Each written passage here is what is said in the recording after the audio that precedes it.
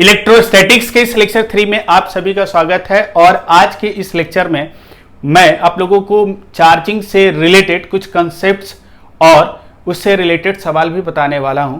लेकिन method of charging से पहले हम लोग अपने आसपास जितने भी मटेरियल्स हैं, जैसे आप कह सकते हो कि अगर हम मान लो कि कोई मेटल ले लेते हैं, जैसे आप कॉपर ले लो, आप सिल्वर ले लो, गोल्ड ले लो, आप टेबल कर सकते हो, ग्लास कर सकते हो, वुड कर सकते हो, बहुत सारे ऐसे मटेरियल अगर हम देखें तो इन सारे मटेरियल को हम लोग इलेक्ट्रोस्टैटिक्स पॉइंट ऑफ व्यू से इनको हम लोग 3 कैटेगरी में या 3 पार्ट्स में डिवाइड कर सकते हैं। एक जो पार्ट है उसको हम लोग कंडक्टर कहते हैं, जो सेकेंड है उसको इंसुलेटर कहेंगे और थर्ड जो होता है सेमीकंडक्टर होता है। ठीक है, तो कहने का मतलब क्या हो गया कि इलेक्ट्रोस्टैटिक्स या इलेक्ट्रिकल प्रॉपर्टीज के अकॉर्डिंग पूरे मटेरियल ऑब्जेक्ट्स को जो हम लोग के आसपास हैं या इस यूनिवर्स में हैं उनको 3 कैटेगरी में डिवाइड कर सकते हैं। पहला कौन सा है भाई, कंडक्टर, दूसरा कौन सा इंसुलेटर और तीसरा क्या है, सेमीकंडक्टर। लेकिन अगर बात की जाए कि आखिर कौन सा ऐसा इलेक्ट्रिकल प्रॉपर्टीज है जो इन पूरे मटेरियल ऑब्जेक्ट्स को 3 भाग में डिवाइड करता है, तो हम लोग कहेंगे number of free electrons. Number of free electrons का मतलब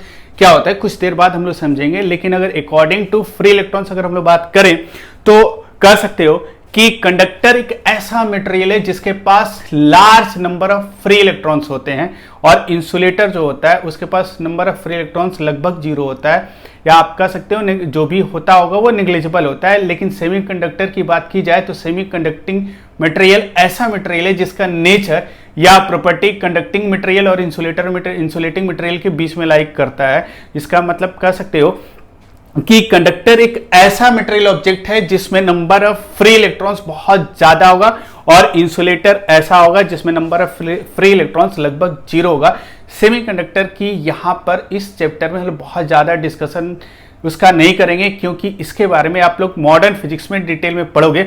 अभी मेनली हम लोग कंसर्न रहेंगे सिंपल 2 टाइप ऑफ मटेरियल से। एक जब भी चार्जिंग की बात करेंगे तो सबसे पहला कंडक्टर और दूसरा होता है इंसुलेटिंग मटेरियल। और कंडक्टिंग मटेरियल्स की बात की जाए तो आप कह सकते हो कि सिल्वर हुआ, गोल्ड हुआ, एल्युमिनियम हुआ, आयरन हुआ, ऐसे बहुत सारे मटेरियल्स हैं जिसको हम लोग कंडक्टर्स कह सकते हैं, और इन सारे मटेरियल्स में नंबर ऑफ फ्री इलेक्ट्रॉन्स बहुत ज़्यादा होते हैं। इसके बाद अगर इंसुलेटिंग मटेरियल की बात की जाए तो इसमें आप कह सकते हो कि जैसे वुड हुआ, लकड़ी जिसको हम लोग कहते हैं, वूल हुआ, आप प्लास्टिक कर सकते हो, ग्लास कर सकते हो, इबोनाइट मतलब सिंपल एक रबड़ जो कर सकते हो। ये सारे मटेरियल्स को बहुत सारे एग्जांपल्स हो सकते हैं, लेकिन कुछ ऐसे मटेरियल्स हैं जो हम लोग बार बार यूज करते हैं, तो इन सारे मटेरियल्स को हम लोग इंसुलेटिंग मटेरियल्स कर सकते हैं, और इनमें फ्री इलेक्ट्रॉन्स लगभग टेंडिंग टू 0 होता है। तो सबसे पहले हम लोग ये समझने की कोशिश करते हैं कि फ्री इलेक्ट्रॉन्स क्या होता है, तब हम लोग को कंडक्टर और इंसुलेटर के बीच का जो डिफरेंस है वो बहुत अच्छे से समझ में आएगा। तो चलिए हम लोग देखते हैं कि फ्री इलेक्ट्रॉन्स होता क्या है। तो सबसे पहले इसको समझने के लिए हम लोग करते क्या है कि 2 तरह के मटेरियल को लेते हैं। एक जो मटेरियल है इसको हम कहते हैं कि ये कंडक्टर है, ये पहला मटेरियल जो हम ले रहे हैं ये कंडक्टर है। ठीक है, नेक्स्ट जो नीचे एक मटेरियल हम कंसिडर कर रहे हैं ये मटेरियल मान लेते हैं इंसुलेटर है। आप इंसुलेटर कोई भी मटेरियल ले सकते हो, जैसे ग्लास ले सकते हो या वुड ले सकते हो, कंडक्टर में आप कॉपर ले सकते हो, एल्युमिनियम ले सकते हो, कुछ भी ऐसा ले लो। तो मान लो कि 2 टाइप के मटेरियल को हम लोग ले लिए। ठीक है, और जब हम लोग फ्री इलेक्ट्रॉन्स की बात करते हैं तो सबसे पहले आपको एटॉमिक लेवल से इन दोनों मटेरियल को देखना होगा कि इन दोनों में डिफरेंस किस चीज का है। तो अगर हम लोग बात करें तो एटॉमिक लेवल से अगर हम लोग बात करें तो आपको अच्छी तरह से पता है कि conductor different type of atom से मिलकर बना होगा, ये भी डिफरेंट टाइप्स ऑफ एटम से मिलकर बना होगा। तो कहने का मतलब सिंपल सा क्या है कि अगर हम देखें इसको अगर माइक्रोस्कोपिक लेवल से, तो ये कोई एक एटम होगा, उसके ऊपर एक इलेक्ट्रॉन ऐसा होगा। आप ऐसे कर सकते हो ये भी एक एटम होगा, यहां पर उसके ऊपर ऐसे इलेक्ट्रॉन दिखा दिए। इसका मतलब क्या है कि जो भी है आप ऐसे शो कर सकते हो। ये रिप्रेजेंटेशन का मतलब क्या है कि जितने नंबर ऑफ पॉजिटिव चार्ज है एक एटम में, सेम नंबर ऑफ क्या है नेगेटिव चार्ज है। तो इस तरह हम रिप्रेजेंट कर रहे हैं एटम्स को। ठीक है, इंसुलेटिंग मटेरियल के केस में भी हम लोग देखें तो सेम इस तरह का एक रिप्रेजेंटेशन हम लोग ले सकते हैं। ये एक विजुअलाइजेशन है जिसको आपको ध्यान में रखना है कि इस तरह भी हम लोग रिप्रेजेंट कर सकते हैं, क्योंकि ये डिनोट कर रहा है कि अभी जितने प्लस चार्ज है उतने ही नेगेटिव चार्ज है हर दोनों मटेरियल में, और दोनों को अभी हम लोग कह सकते हैं कि इलेक्ट्रिकली बैलेंस्ड कंडीशन में हम लोग, या सिंपल कह सकते हो कि 2 न्यूट्रल मटेरियल हम लोग ले लिए, एक कंडक्टर है और दूसरा क्या है, इंसुलेटर है। ठीक है, और इन दोनों के एटम्स को हम लोगों ने ऐसे शो कर दिया। ठीक है, अब इसके बाद अगर हम लोग कंडक्टिंग मटेरियल के एक एटम को सिलेक्ट करेंगे और इंसुलेटर के किसी एक एटम को सिलेक्ट करेंगे और दोनों के कॉन्फ़िगरेशन के मतलब दोनों एटम्स के नेचर को समझने की कोशिश करेंगे कि इन दोनों के एटम के नेचर में क्या डिफरेंस है, क्योंकि जो भी इन दोनों के बीच में इलेक्ट्रिकल प्रॉपर्टीज का डिफरेंस आया है वो सिंपल एटम के इलेक्ट्रिकल प्रॉपर्टीज के डिफरेंस की वजह से आया होगा, क्योंकि ये सारे मटेरियल कुछ कह सकते हो कि सब एटॉमिक पार्टिकल्स मतलब सिंपल सा आप कह सकते हो कि सब पार्टिकल से मिलकर बना है, जिसको हम लोग एटम्स कहते हैं। तो सबसे पहले इन दोनों के बीच में जो भी नेचर का डिफरेंस आ रहा वो एटम्स के नेचर के डिफरेंस की वजह से आ रहा। इसलिए हम लोग करेंगे क्या कि जो कंडक्टिंग मटेरियल है और जो इंसुलेटर है उनके एक एक एटम को आइसोलेट करते हैं और देखते हैं इन दोनों के बीच का डिफरेंस क्या है, क्योंकि ये डिफरेंस ही डिसाइड करता है इन दोनों मटेरियल्स के डिफरेंट इलेक्ट्रिकल प्रॉपर्टीज को। तो इसके लिए हम लोग करेंगे क्या कि यहां से कंडक्टिंग मटेरियल के एक एटम को ले लेते हैं। मान लो ये इसका न्यूक्लियस है, ये इसके कुछ ऑर्बिट्स ऐसे होंगे, तो इस तरह ऑर्बिट्स को मैंने दिखा दिया। और ये वाला जो ऑर्बिट है मान लेते हैं कि ये आउटर मोस्ट ऑर्बिट ले लिए, ये वाला ऑर्बिट हम लोग का क्या आउटर मोस्ट ऑर्बिट है। नेक्स्ट अगर हम बात करें इंसुलेटिंग मटेरियल का, इसका एक एटम ले लेते हैं और ये इसका न्यूक्लियस ऐसे दिखा दिए। ये इसका मान लो फर्स्ट ऑर्बिट है, ये सेकंड ऑर्बिट है और इस ऑर्बिट को हम भी मान लेते हैं ये लास्ट ऑर्बिट है, ये आउटर मोस्ट ऑर्बिट है, ठीक है। और इसके बाद आपको अच्छी तरह से पता है कि हर ऑर्बिट में, इस ऑर्बिट में फर्स्ट ऑर्बिट में आपको अच्छी तरह से पता है 2 इलेक्ट्रॉन्स होते हैं, इसमें 8 होते हैं। तो इलेक्ट्रॉनिक कॉन्फ़िगरेशन ये हम लोग सीख नहीं रहे हैं, आपको अच्छी तरह से पता है कि किस ऑर्बिट में अगर उसका एटॉमिक नंबर आपको अच्छी तरह से पता होगा कि जो कंडक्टिंग मटेरियल लिए हो उसका एटॉमिक नंबर क्या है, तो आप बता सकते हो कि पहले ऑर्बिट में कितने इलेक्ट्रॉन्स होंगे, सेकंड में कितने होंगे, थर्ड में कितने होंगे, ठीक है। खैर उसकी मैं बात नहीं कर रहा हूं। हम लोग करते क्या है कि जो आउटर मोस्ट ऑर्बिट का जो इलेक्ट्रॉन्स है उसकी अगर हम लोग बात करें तो मान लो कि ये कंडक्टिंग मटेरियल के एटम्स के आउटर मोस्ट ऑर्बिट का इलेक्ट्रॉन है और ऐसे हो सकता है कि 8 इलेक्ट्रॉन भी हो। हम केवल एक इलेक्ट्रॉन लेकर चेक कर रहे हैं, ठीक है। तो अगर आपसे कोई पूछे क्या ये इलेक्ट्रॉन और इस न्यूक्लियस के बीच में कुछ फोर्स ऑफ अट्रैक्शन है कि नहीं, तो हम लोग कहेंगे भाई ऑब्वियस सी बात है फोर्स ऑफ अट्रैक्शन होगा, क्योंकि आपको रदरफोर्ड एक्सपेरिमेंट में अच्छी तरह से पता है कि ये electron around the nucleus circular path में क्या करता है, इलिप्टिकल पाथ में एक्चुअली ये मूव करते रहता है due to electrostatic force of attraction, ठीक है। और अगर हम इसकी बात करें इंसुलेटर, तो इंसुलेटर के केस में भी आप देख सकते हो कि इसके आउटर मोस्ट ऑर्बिट का इलेक्ट्रॉन ये भी इसके न्यूक्लियस के अराउंड ऐसे सर्कल इलिप्टिकल पाथ में मूव करा होगा, ठीक है।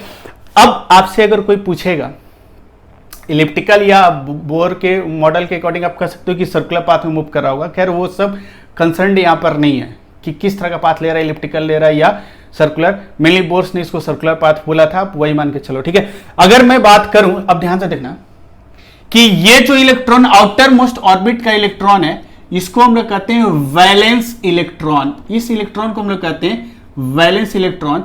तो ये वाला जो इलेक्ट्रॉन है कंडक्टिंग मटेरियल के एटम्स का ये वैलेंस इलेक्ट्रॉन है और ये भी क्या है वैलेंस इलेक्ट्रॉन है, लेकिन किसका है, इंसुलेटर का है। और अगर आप ध्यान से देखोगे तो ये वाला वैलेंस इलेक्ट्रॉन कंडक्टर का इसके साथ कह सकते हो कि फोर्स ऑफ अट्रैक्शन या इन दोनों के बीच में इंटरेक्शन है और ये जो इलेक्ट्रॉन यहां पर इसके अराउंड मूव कर रहा है वो due to electrostatic force of attraction के कारण। और यहां भी देख सकते हो इंसुलेटर में जो वैलेंस इलेक्ट्रॉन है ये वैलेंस इलेक्ट्रॉन भी न्यूक्लियस के अराउंड मूव कर रहा है due to electrostatic force of attraction. लेकिन ये देखा गया जो फोर्स इस पर एग्जर्ट कर रहा है, मतलब ये जो न्यूक्लियस है इसका न्यूक्लियस जो जिसमें प्रोटॉन्स है जिन पर प्लस चार्ज है, ये इस इलेक्ट्रॉन्स पर फोर्स ऑफ अट्रैक्शन एग्जर्ट कर रहे हैं, ये भी कर रहा है। लेकिन यहां पर in case of conducting material जो फोर्स ऑफ अट्रैक्शन होता है वो इंसुलेटर के रिस्पेक्ट में बहुत कम होता है। दैट मीन्स आप सिंपली ऐसे कह सकते हो कि इसका जो न्यूक्लियस है कंडक्टिंग मटेरियल के एटम्स का, वो जो आउटर मोस्ट ऑर्बिट के इलेक्ट्रॉन्स है मतलब जो वैलेंस इलेक्ट्रॉन्स है उनको बहुत टाइटली होल्ड करके नहीं रख पाता है। इसको आप ऐसे कह सकते हो कि जो आउटर मोस्ट ऑर्बिट के इलेक्ट्रॉन्स है या जो वैलेंस इलेक्ट्रॉन्स है वो अपने न्यूक्लियस से लूजली बाउंडेड होते हैं और थोड़ा सा भी अगर रूम टेम्परेचर मिलेगा तो ये सारे इलेक्ट्रॉन्स इस न्यूक्लियस से, इसके बीच में कोई अट्रैक्शन नहीं होगा, यहां से स्कैप कर जाएगा, एटम से स्कैप करेगा लेकिन मटेरियल से स्कैप नहीं करेगा। आप ध्यान रखना कि अगर ये एटम जो यहां लिए थे इससे ये इलेक्ट्रॉन इससे क्या होगा, इस एटम से स्कैप कर जाएगा लेकिन उस मटेरियल से बाहर नहीं जाएगा, लेकिन इस एटम से डिटैच हो जाएगा, उस न्यूक्लियस के साथ उसका कोई फोर्स ऑफ अट्रैक्शन नहीं होगा। इवन रूम टेम्परेचर पर, क्योंकि रूम टेम्परेचर से इसको कुछ some amount of thermal energy मिलता है, जिसकी वजह से वो इलेक्ट्रॉन उस न्यूक्लियस के साथ डिटैच हो जाता है, उस एटम के साथ उसका कोई इंटरेक्शन नहीं होता है। लेकिन अगर इंसुलेटिंग मटेरियल की बात करें तो इंसुलेटिंग मटेरियल में जो आउटर मोस्ट ऑर्बिट में जो भी इलेक्ट्रॉन्स हम लोग के पास है वो न्यूक्लियस के साथ टाइटली बाउंडेड होता है। उन दोनों के बीच में फोर्स ऑफ अट्रैक्शन क्या होता है, बहुत ज्यादा होता है, जिसकी वजह से ये इलेक्ट्रॉन रूम टेम्परेचर पर कभी भी स्कैप नहीं कर पाएगा उस पर्टिकुलर एटम से या उस न्यूक्लियस से। उस मटेरियल के अंदर तो रहेगा ही, प्लस उस एटम से भी डिटैच नहीं होगा, और ये इसको due to electrostatic force of attraction इसको बहुत ज्यादा टाइटली होल्ड करके रखेगा। ठीक है, दैट मींस कहने का मतलब क्या है कि अगर हम लोग बात करें इंसुलेटिंग मटेरियल के केस में, तो इसका जो आउटर मोस्ट ऑर्बिट का इलेक्ट्रॉन है ये नॉर्मली रूम टेम्परेचर पर इस न्यूक्लियस से अलग नहीं हो सकता। अलग हो सकता है अगर आप इसको बहुत ह्यूज अमाउंट का एनर्जी दोगे, तो ये इंसुलेटिंग मटेरियल का इलेक्ट्रॉन इसके एटम से अलग हो सकता है, इसके न्यूक्लियस से अलग हो सकता है, लेकिन बहुत लार्ज अमाउंट का एनर्जी चाहिए। इवन रूम टेम्परेचर पर तो कुछ होने वाला नहीं है। दैट मीन्स आप कह सकते हो कि इंसुलेटिंग मटेरियल का जो आउटर मोस्ट ऑर्बिट का इलेक्ट्रॉन्स है इसके साथ टाइटली बाउंडेड होता है, लेकिन अगर कंडक्टिंग मटेरियल के एटम्स की बात करें तो इसके जो आउटर मोस्ट ऑर्बिट में इलेक्ट्रॉन्स होते हैं वो लूजली बाउंडेड होते हैं, और इवन रूम टेम्परेचर से जो भी थर्मल एनर्जी इनको मिलता है due to that thermal energy ये अपने न्यूक्लियस से डिटैच हो जाते हैं, उस एटम से डिटैच हो जाते हैं, और उस मटेरियल में one atom to other atom ये जंप करते रहते हैं, रैंडमली मूव करते रहते हैं। कहने का मतलब अगर हम बात करें तो ये इलेक्ट्रॉन इससे डिटैच हो गया, तो आप ध्यान से देखो वापस अगर पूरे मटेरियल की अगर हम बात करें तो ये जो इलेक्ट्रॉन है, सारे इलेक्ट्रॉन जो आपको दिख रहे हैं, इन सारे वैलेंस इलेक्ट्रॉन को हम लोग कह सकते हैं फ्री इलेक्ट्रॉन्स। इसीलिए इन सारे इलेक्ट्रॉन्स को, कंडक्टर के केस में इन सारे इलेक्ट्रॉन्स को, इन सारे वैलेंस इलेक्ट्रॉन को नाम दे दिया गया फ्री इलेक्ट्रॉन्स, क्योंकि ये कंप्लीटली फ्री होते हैं with in the lattice of the material. उस मटेरियल के लैटिस के इनसाइड वो क्या कर सकते हैं, इधर उधर डिस्प्लेस हो सकते हैं, मूव हो सकते हैं, इसीलिए इनका नाम क्या दे दिया गया, फ्री इलेक्ट्रॉन्स। ठीक है, लेकिन अगर फ्री इलेक्ट्रॉन्स की बात की जाए तो इंसुलेटर के केस में फ्री इलेक्ट्रॉन्स मिल ही नहीं सकता, क्योंकि वो जो आउटर मोस्ट ऑर्बिट के इलेक्ट्रॉन्स है वो न्यूक्लियस के साथ टाइटली बॉन्डेड होते हैं। ठीक है, तो कहने का मतलब क्या है कि आप अच्छी तरह से कह सकते हो कि ये जितने भी इलेक्ट्रॉन्स यहां पर आपको दिख रहे हैं, ये सारे इलेक्ट्रॉन्स कंडक्टर के केस में क्या होगा, ये इलेक्ट्रॉन जंप करके इस पर जा सकता है, ये इलेक्ट्रॉन जंप करके इस पर जा सकता है, ये हो सकता है इस पर आ जाए, ये हो सकता है इस पर जंप करके ऐसे आ जाए। कहने का मतलब क्या है कि अगर आप किसी भी टाइम टी पर देखोगे तो ये इलेक्ट्रॉन किसी भी टाइम पर ये इलेक्ट्रॉन इस एटम से अटैच नहीं होगा, ये कहीं ना जंप करके दूसरे एटम पर जा चुका होगा, ये कहीं जंप करके कहीं और जा चुका होगा, मतलब randomly at all the time ये इधर उधर जिगजैग मोशन में मूव करते रहेंगे। आप इसको ऐसे समझो कि सिंपल एक कंटेनर में अगर ऑक्सीजन गैस को रिलीज करोगे तो उसको मॉलिक्यूल्स क्या करेंगे भाई, रैंडमली उस कंटेनर के अंदर क्या करेंगे, जिगजैग मोशन करेंगे। सिमिलर कंडीशन कंडक्टिंग मटेरियल के केस में होता है, क्योंकि उसमें जितने भी फ्री इलेक्ट्रॉन्स, मतलब हर एटम क्या करता है, उसका जो वैलेंस इलेक्ट्रॉन है उसके न्यूक्लियस के साथ टाइटली बॉन्डेड नहीं होता है, तो इवन रूम टेम्परेचर पर सारे इलेक्ट्रॉन्स उससे डिटैच हो जाते हैं, और डिटैच होने के बाद क्या होगा, through out the lattice of that material वो सारे इलेक्ट्रॉन्स इधर से उधर क्या करते हैं, जंप करते रहते हैं। इसलिए इस तरह के इलेक्ट्रॉन्स को हम क्या कहते हैं, फ्री इलेक्ट्रॉन्स। लेकिन इस तरह का सिनेरियो हम लोग इंसुलेटिंग मटेरियल के केस में नहीं देख सकते हैं, इसलिए हम लोग कहते हैं कि इंसुलेटर ऐसा मटेरियल है जिसमें नंबर ऑफ फ्री इलेक्ट्रॉन्स कितना होता है, 0 होता है। लेकिन in case of conducting materials क्या होता है, कुछ नंबर ऑफ फ्री इलेक्ट्रॉन्स होते हैं। इसका मतलब हम लोग कह सकते हैं कि in case of insulating material her electron को अच्छी तरह से पता होता है कि वो किस न्यूक्लियस के साथ बाउंडेड है या किस एटम का प्रॉपर्टी है। लेकिन यहां पर अगर हम कहें कि कौन सा इलेक्ट्रॉन किस एटम से रिलेटेड था इनिशियली, ये हम नहीं बता सकते हैं। लेकिन in case of insulating material her electron exactly उसको अच्छी तरह से पता होता है कि वो किस एटम का पार्ट है। तो ये छोटा सा डिफरेंस आप लोगों को ध्यान में रखना है कंडक्टिंग मटेरियल और इंसुलेटिंग मटेरियल के बीच में। अब हम लोग कंसंट्रेट करेंगे, जो आज का टॉपिक है हम लोग का, मेथड ऑफ चार्जिंग पर।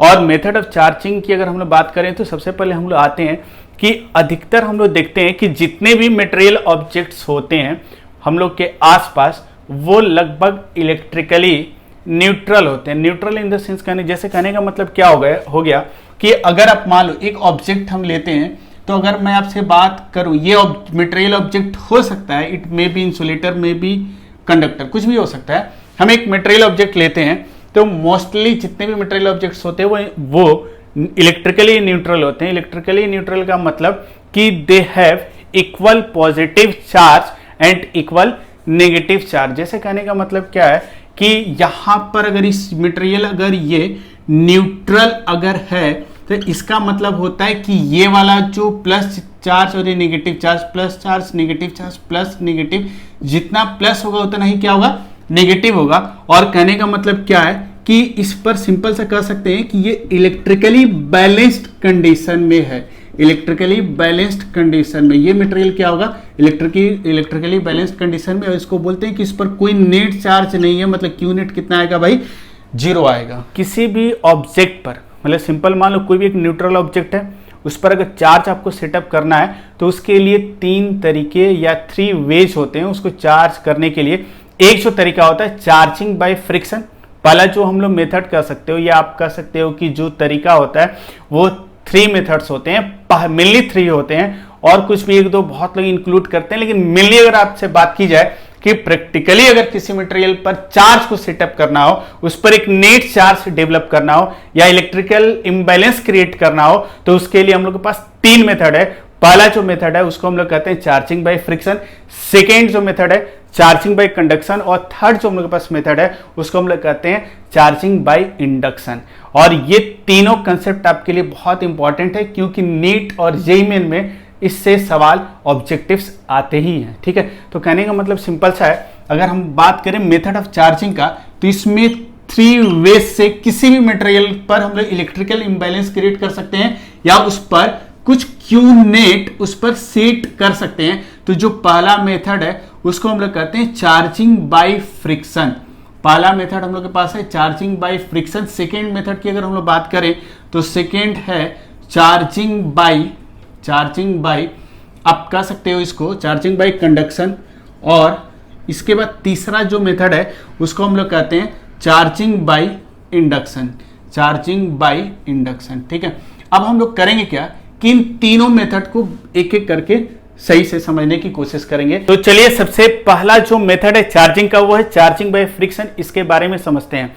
तो सबसे पहले आप लोग ये ध्यान में रखना कि चार्जिंग बाय फ्रिक्शन यह चार्ज करने का सबसे ओल्डेस्ट और कह सकते हो सिंपलेस्ट वे है जिसके थ्रू आप किसी मटेरियल ऑब्जेक्ट को चार्ज कर सकते हो, यानी उस पर एक इलेक्ट्रिकल इंबैलेंस क्रिएट कर सकते हो। ठीक है, कहने का मतलब क्या है कि ये जो चार्जिंग बाय फ्रिक्शन है, और एक चीज आप ध्यान में रखना कि मेनली ये इंसुलेटिंग मटेरियल पर चार्ज सेट करने के लिए इसका यूज किया जाता है। इंसुलेटर क्या होता है वो मैंने अभी कुछ देर पहले आपको बताई थी कि इंसुलेटिंग मटेरियल पर जब भी चार्ज सेट करना हो, चाहे वुड हो, चाहे ग्लास हो, चाहे सिल्क हो, इस तरह के मटेरियल्स की अगर हम लोग बात करें उस पर अगर चार्ज आपको सेटअप करना हो तो उसको हम लोग चार्जिंग बाय फ्रिक्शन या फ्रिक्शन के थ्रू उस पर चार्ज को सेटअप करते हैं। ठीक है, तो चार्जिंग बाय फ्रिक्शन में होता क्या है कि 2 न्यूट्रल ऑब्जेक्ट्स को हम लोग लेते हैं।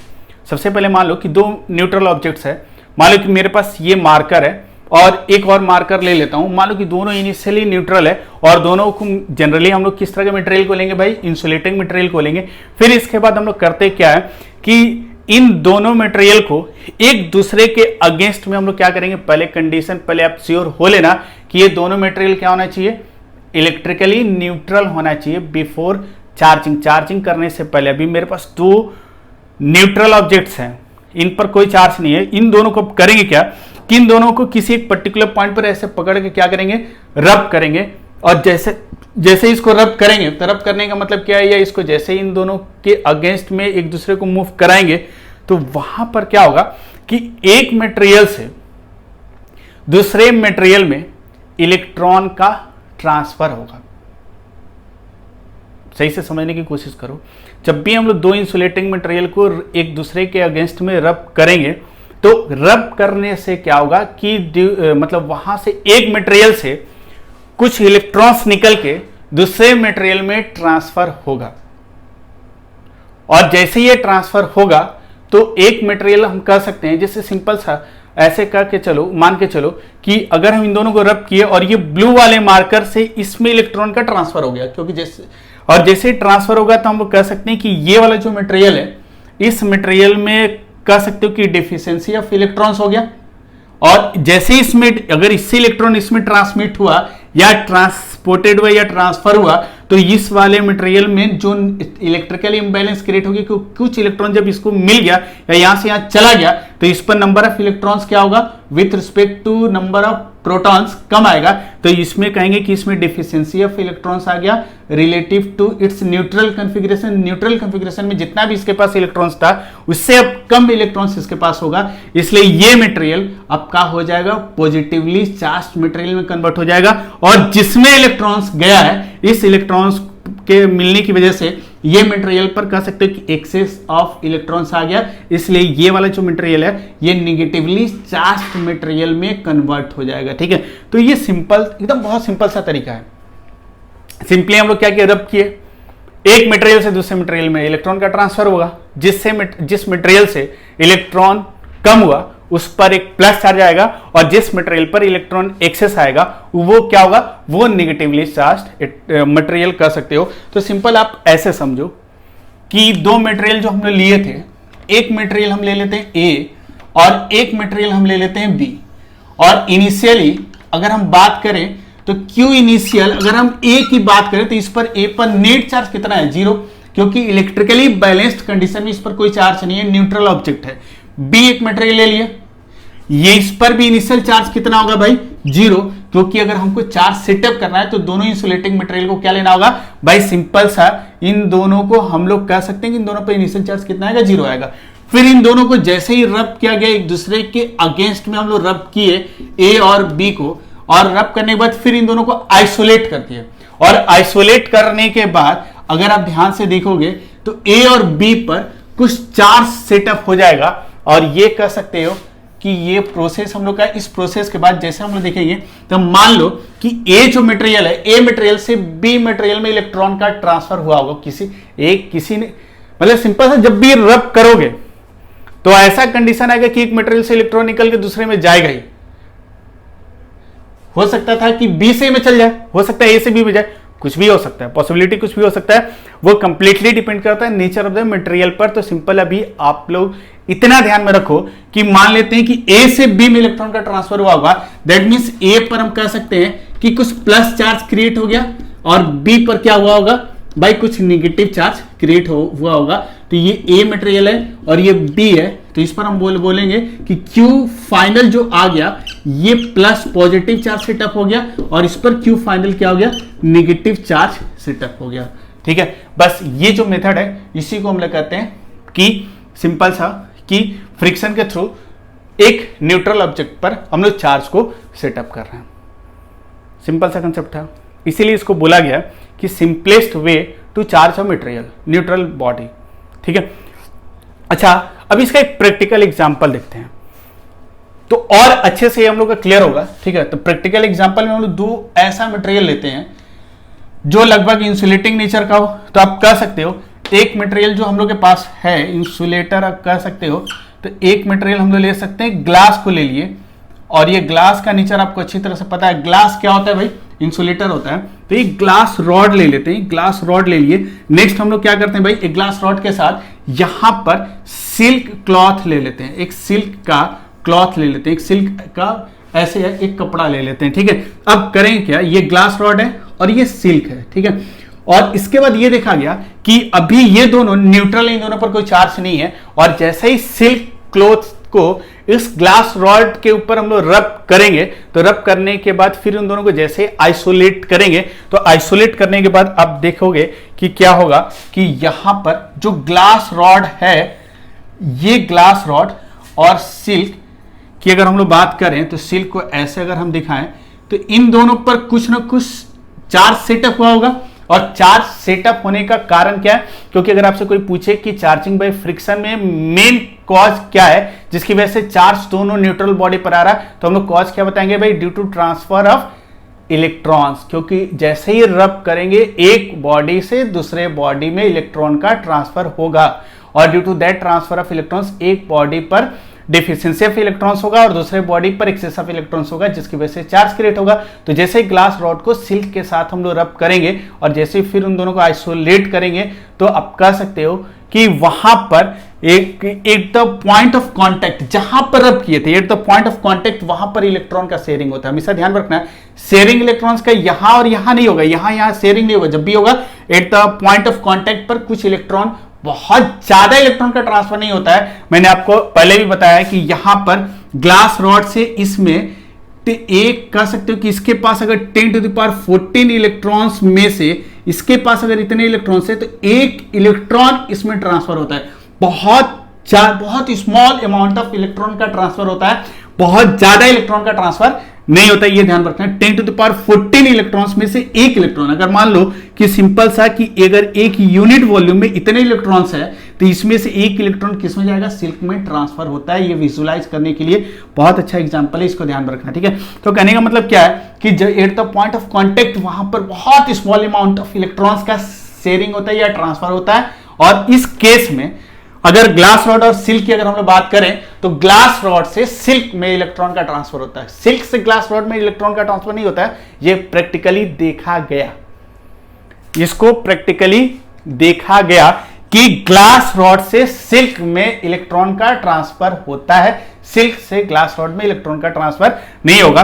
दैट मींस अच्छी तरह से आपको पता चल गया कि अगर ग्लास रॉड से सिल्क में आफ्टर रबिंग अगर इलेक्ट्रॉन का ट्रांसफर या इलेक्ट्रॉन यहां से ट्रांसफर हुआ है, दैट मींस इस ग्लास रॉड पर एक कुछ पॉजिटिव चार्ज ऐसे सेटअप होगा, क्योंकि यहां पर डिफिशियंसी ऑफ इलेक्ट्रॉन क्रिएट होगा और यहां पर क्या होगा भाई, एक्सेस ऑफ इलेक्ट्रॉन्स क्रिएट होगा। तो इस सिल्क पर एक नेगेटिव चार्ज इस तरह सेटअप हो जाएगा। तो हम लोग कह सकते हैं कि जो ग्लास रॉड है और जो सिल्क है दोनों चार्ज हो गए। और ये चार्ज करने के लिए जो मेथड हम लोग के पास था, क्योंकि हम लोग के पास लगभग मेनली 3 मेथड्स हैं जिसके थ्रू हम लोग किसी मटेरियल को चार्ज कर सकते हैं। पहला charging by friction, second charging by conduction और चार्जिंग बाय इंडक्शन। तो ये कंडक्शन भी नहीं है, इंडक्शन भी नहीं है, ये कौन सा एग्जांपल है, चार्जिंग बाय फ्रिक्शन। तो ये बहुत सिंपलेस्ट वे है जिसके थ्रू दो मटेरियल को रब करेंगे, चार इलेक्ट्रॉन ट्रांसफर होगा और वहां पर चार्ज सेटअप हो जाएगा, ठीक है। तो ग्लास रॉड पर हम लोग देख सकते हैं कि यहां पर प्लस चार्ज आ गया और यहां पर सिल्क पर क्या आएगा, एक निगेटिव चार्ज आएगा, ठीक है। मेरे ख्याल से ये मेथड आपको बहुत अच्छे से क्लियर हो गया होगा। लेकिन बहुत लोगों के मन में ऐसा हो सकता है कि ये जो इलेक्ट्रॉन का ट्रांसफर है, आखिर रब करने के बाद इलेक्ट्रॉन एक मटेरियल से दूसरे मटेरियल में क्यों ट्रांसफर होगा। क्योंकि अगर हम लोग फिजिक्स की बात करें तो हम लोग थोड़ा से बेसिक कंसेप्ट पर आते हैं कि आखिर ऐसा क्या हुआ जिसकी वजह से एक मटेरियल से दूसरे मटेरियल में इलेक्ट्रॉन का ट्रांसफर हुआ। तो इसका अगर हम लोग कारण, क्योंकि देखो सिंपल सा ग्लास रॉड और सिल्क की अगर हम बात करें, दोनों को रब किए, वहां से सिल्क से ग्लास रॉड में कभी भी आप कोई भी एक्सपेरिमेंट करके देखो सिल्क और ग्लास को लेकर, कभी भी सिल्क से ग्लास रॉड में इलेक्ट्रॉन का ट्रांसफर नहीं होगा।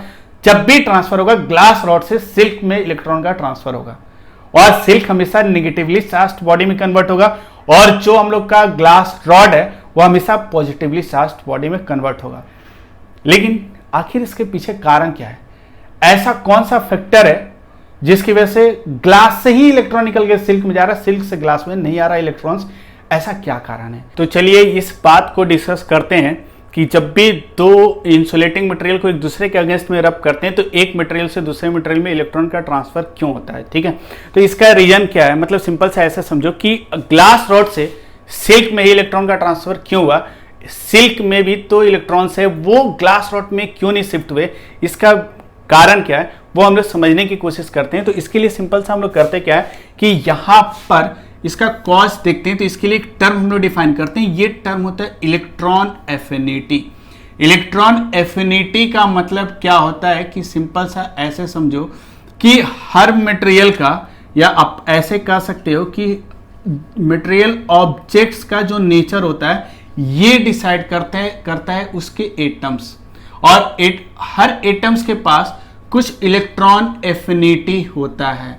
इलेक्ट्रॉन एफिनिटी का मतलब क्या होता है कि सिंपल सा ऐसा समझो, इलेक्ट्रॉन एफिनिटी ये एक इलेक्ट्रिकल प्रॉपर्टीज है किसी भी मटेरियल का और ये डिसाइड करता है कि किस मटेरियल से किस मटेरियल में इलेक्ट्रॉन का ट्रांसफर होगा। जैसे कहने का मतलब क्या है कि सिंपल ऐसे समझो कि एक मटेरियल ऑब्जेक्ट का एक और जो प्रॉपर्टी है वो है इलेक्ट्रॉन एफिनिटी, और इलेक्ट्रॉन एफिनिटी मेनली आप डिसाइड करता है कौन, एटम्स। मतलब जिस मटेरियल ऑब्जेक्ट्स के एटम्स का इलेक्ट्रॉन एफिनिटी जितना ज्यादा होगा उस मटेरियल का भी इलेक्ट्रॉन एफिनिटी क्या होगा भाई, ज्यादा होगा।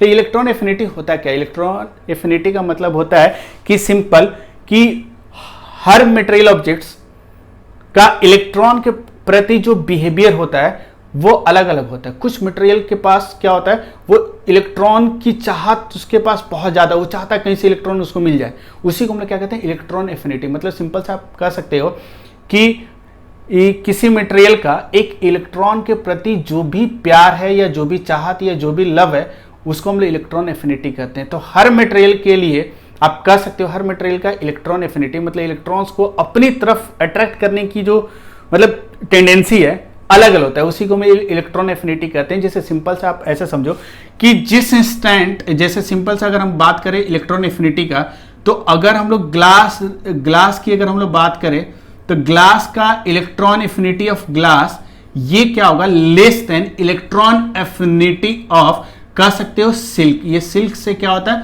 कम होता है। दैट मीन्स कह सकते हो कि सिल्क जो मटेरियल है ये इसके रिलेटिवली इलेक्ट्रॉन्स पर इसका क्या होगा, जो होल्ड होगा मतलब जो अट्रैक्ट करने का कैपेसिटी होगा, या सिंपल सा ऐसे कह सकते हो कि इलेक्ट्रॉन को अपनी तरफ अट्रैक्ट करने का जो टेंडेंसी है वो विथ रिस्पेक्ट टू ग्लास क्या होगा, ज्यादा होता है।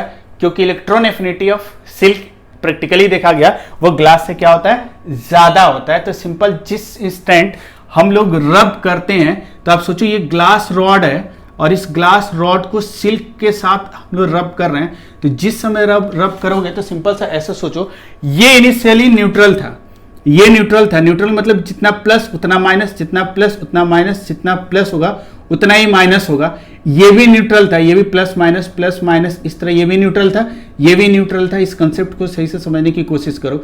ये सिल्क भी क्या था भाई, न्यूट्रल था। न्यूट्रल मतलब जितने प्लस चार्ज होंगे उतने ही क्या होंगे, माइनस चार्ज होंगे।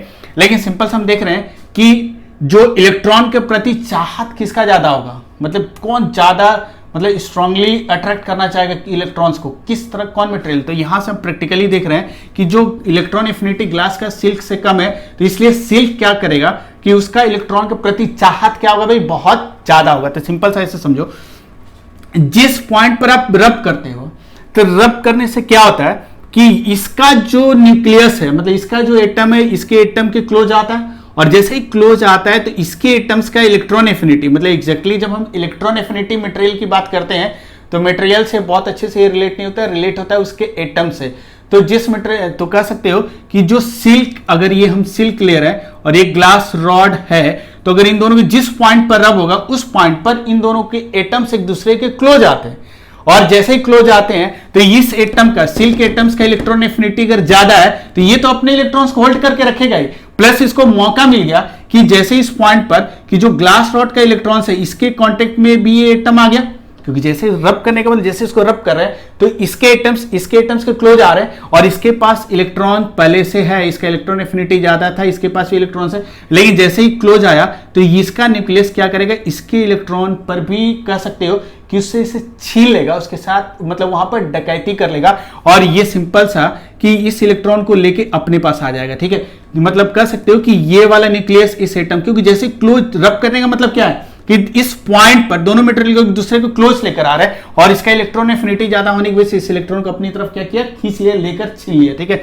तो ऐसी तरह कुछ इलेक्ट्रॉन्स, ये जितने भी एटम्स होंगे सिल्क के, वो ग्लास रॉड के एटम्स के इलेक्ट्रॉन्स को क्या करेंगे, वो ड्यू टू इलेक्ट्रॉन एफिनिटी वो खींच लेंगे। खींचने का मतलब वो उससे ले लेंगे, और यही एक रीजन है जिसकी वजह से कि जब भी हम लोग दो इंसुलेटिंग मटेरियल को रब करते हैं तो रब करने का मतलब कि उसको रब करने का मतलब ऐसे तो रब नहीं कर सकते, रब करने के लिए आपको कुछ प्रेशर एग्जर्ट करना पड़ता है, प्रेशर एग्जर्ट करके तब रब करते हो, ऐसे तो रब करने बिना प्रेशर का रब नहीं कर सकते हो, तो प्रेशर एग्जर्ट करके रब करते हो। दैट मीन्स क्या होता है कि मतलब at the location of point of contact दोनों मटेरियल पर, वहां पर एटम्स एक दूसरे के क्लोज आते हैं, और जिस मटेरियल के एटम्स का इलेक्ट्रॉन एफिनिटी ज्यादा होता है वो दूसरे मटेरियल के एटम्स से इलेक्ट्रॉन्स को अब खींच लेता है। लेने के बाद क्या हो गया, क्या होता है कि इसकी इसी रीजन से वो शिफ्टिंग ऑफ क्या होता है, इलेक्ट्रॉन्स हो जाता है, या ट्रांसफर ऑफ इलेक्ट्रॉन्स होता है एक मटेरियल से दूसरे मटेरियल में। इसलिए जब भी रब करते हैं तो जब भी ये एक्सपेरिमेंट आप करोगे हमेशा सिल्क इस ग्लास रॉड के इलेक्ट्रॉन को छीन लेगा,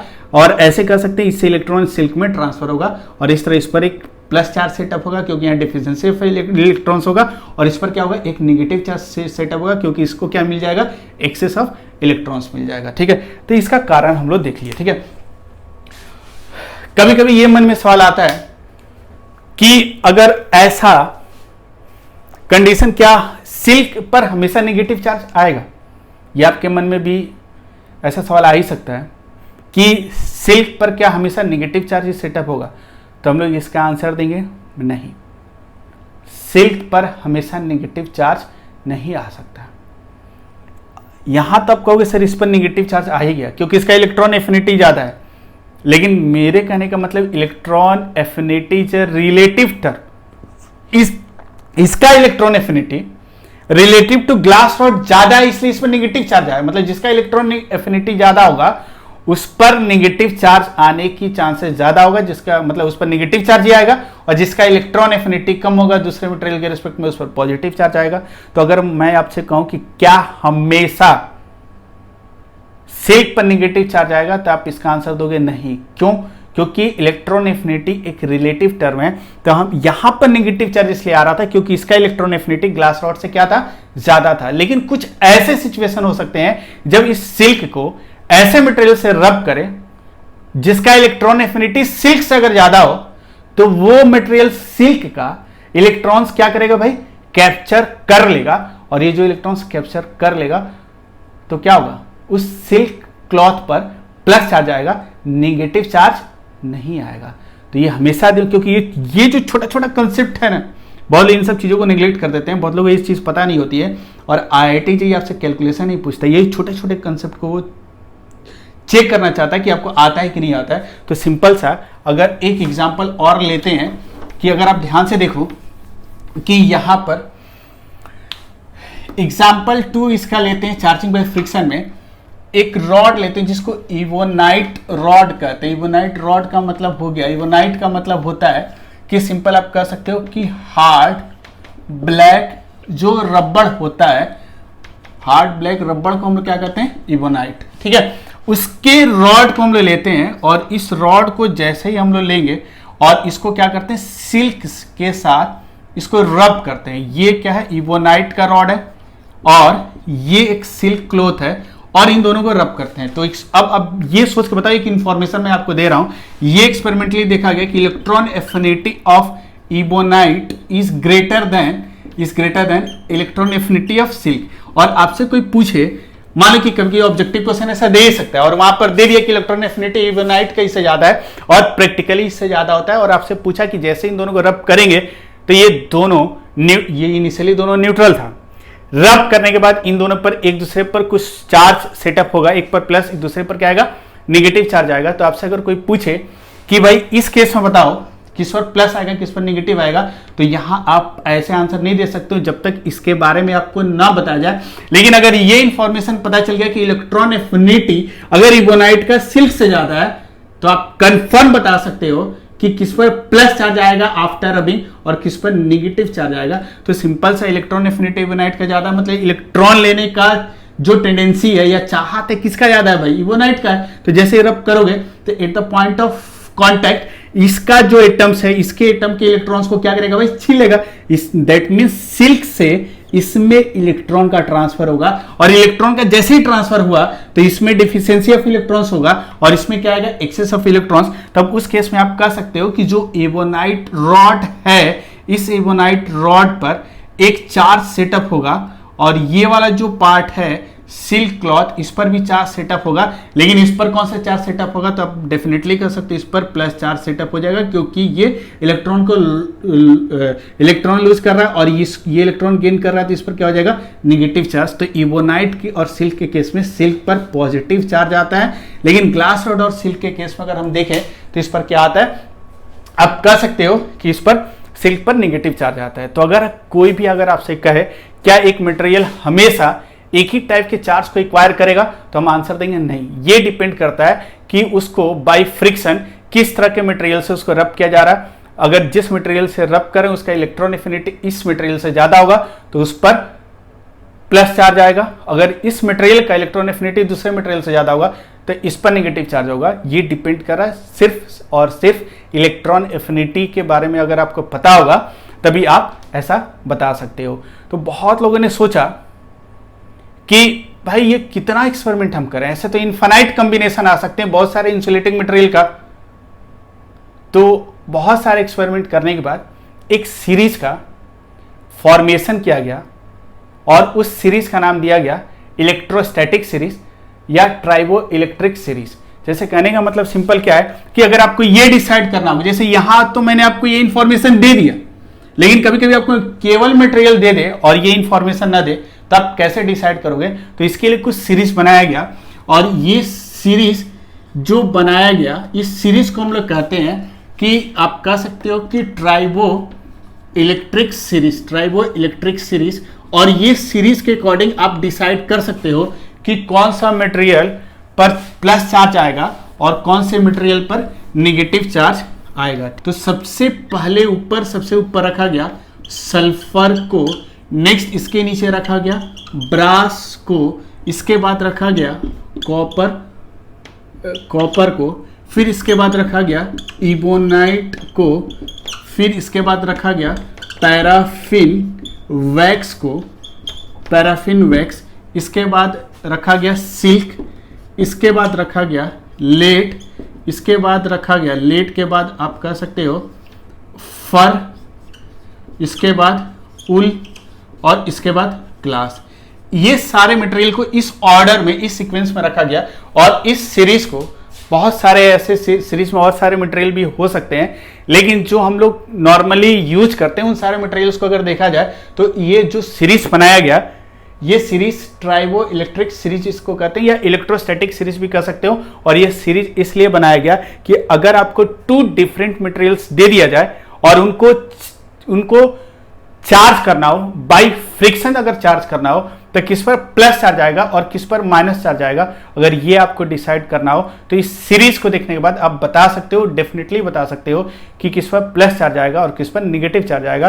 तो ये जो सीरीज है अकॉर्डिंग टू इलेक्ट्रॉन एफिनिटी है। Electron affinity in the sense कहने का मतलब जब आप नीचे से ऊपर जाओगे तो इलेक्ट्रॉन एफिनिटी इंक्रीज करेगा और ऊपर से नीचे आओगे तो इलेक्ट्रॉन एफिनिटी क्या होगा भाई, इलेक्ट्रॉन एफिनिटी डिक्रीज करेगा। इसको ई न लिखकर हम डायरेक्ट लिख देते हैं कि इलेक्ट्रॉन एफिनिटी नीचे बॉटम टू टॉप अगर चलेंगे तो इलेक्ट्रॉन एफिनिटी मटेरियल का क्या होगा, बढ़ेगा भाई। और जैसे टॉप टू बॉटम आएंगे तो इलेक्ट्रॉन एफिनिटी क्या करेगा, इलेक्ट्रॉन एफिनिटी आप कह सकते हो ये डिक्रीज करेगा और उस केस में क्या करेगा, इंक्रीज करेगा। आप जैसे सिंपल से एक कॉम्बिनेशन लेते हैं और इसमें आप खुद से बताने की कोशिश करो किस पर प्लस चार्ज आनी चाहिए और किस पर नेगेटिव चार्ज आएगा। जैसे सिंपल सा आपको कुछ भी इलेक्ट्रॉन एफिनिटी के बारे में नहीं दिएगा, लेकिन सीरीज अगर याद है तो आप डेफिनेटली बता सकते हो किस मटेरियल पर प्लस चार्ज आएगा और किस मटेरियल पर नेगेटिव चार्ज आएगा। जैसे सिंपल सा एक एग्जांपल हम लेते हैं तो यहां पर अगर मान लो कि ब्रास ले लिए और हम लोग ग्लास ले लेते हैं, तो ब्रास और ग्लास को अगर हम लोग रब करेंगे इस तरह के 2 मटेरियल को, तो आपको बताना कि किस पर प्लस आएगा और किस पर माइनस आएगा। ठीक है, तो आपको अच्छी तरह से पता है कि जो जितना टॉप, मतलब ये टॉप हो गया और ये बॉटम हो गया, जो टॉप के जितने क्लोज होगा उसका इलेक्ट्रॉन एफिनिटी ज्यादा होगा, मतलब इलेक्ट्रॉन कैप्चर करने का, इलेक्ट्रॉन लेने का कैपेसिटी या टेंडेंसी उसका क्या होगा, ज्यादा होगा। तो ब्रास और ग्लास तो बहुत नीचे है भाई, तो ग्लास का इलेक्ट्रॉन एफिनिटी बहुत कम होगा और ब्रास का electron affinity relative to glass, मतलब ब्रास का अगर इलेक्ट्रॉन एफिनिटी की अगर हम बात करें तो रिलेटिव टू ग्लास इसका क्या होगा, ज्यादा होगा। इसलिए जब दोनों तरह के मटेरियल को अगर रब करेंगे और तो चार्ज इस पर सेटअप होगा बाय फ्रिक्शन, तो ब्रास पर बाय नेगेटिव चार्ज आएगा, इस पर कौन सा चार्ज आएगा, पॉजिटिव चार्ज आएगा, क्योंकि इसका इलेक्ट्रॉन एफिनिटी इससे क्या है, ज्यादा है। सिंपल सा। और एक एग्जांपल लेते हैं, जैसे मान लो कि आपको दे दिया कि फर को और सिल्क को, ये भी एक्सपेरिमेंट आप लोगों ने बहुत बार देखा होगा, फर और सिल्क को अगर हम लोग क्या करें, अगर रब करें तो किस पर प्लस होगा किस पर माइनस होगा। तो सिंपल देखो कि इन दोनों को चेक करते हैं कि कौन टॉप के, मतलब सबसे ऊपर कौन है, जो सबसे ऊपर होगा उसका इलेक्ट्रॉन एफिनिटी ज्यादा होगा। तो सिल्क फर के ऊपर है, इसलिए सिल्क का इलेक्ट्रॉन एफिनिटी इससे ज्यादा होगा, मतलब इलेक्ट्रॉन इससे छीन लेगा, तो इस पर एक नेगेटिव चार्ज सेटअप होगा और इस पर क्या सेटअप होगा, पॉजिटिव चार्ज सेटअप होगा। ठीक है, तो ये नीट के लिए तो खासकर ये बहुत इंपॉर्टेंट टॉपिक है। ठीक है, तो ये आप थोड़ा सा इस सीरीज के बारे में थोड़ा सा याद रखना, हो सकता है कि इससे सवाल दे। तो ये जो पहला मेथड हम लोग पढ़े हैं, इस फर्स्ट मेथड को हम लोग कहते हैं मेथड ऑफ चार्जिंग, इस फर्स्ट मेथड को कहते हैं चार्जिंग बाय फ्रिक्शन। अब आते हैं हम लोग दूसरे मेथड पर, जिसको हम लोग कहते हैं चार्जिंग बाय कंडक्शन। तो नेक्स्ट मेथड हम लोग का है चार्जिंग बाय कंडक्शन। और ये जो चार्जिंग बाय कंडक्शन है, इसका मतलब होता है चार्जिंग बाय कांटेक्ट, मतलब सिंपल कांटेक्ट। कोई भी मटेरियल ऑब्जेक्ट्स के बीच में रबिंग नहीं होगा, सिंपल कांटेक्ट की वजह से जो चार्जिंग होता है उसको हम लोग चार्जिंग बाय कंडक्शन कहते हैं। और कंडक्शन के थ्रू मेनली हम लोग कंडक्टिंग मटेरियल को चार्ज करते हैं, ठीक है। तो सिंपल हम लोग देखते हैं, इसमें दो केस एराइज होगा।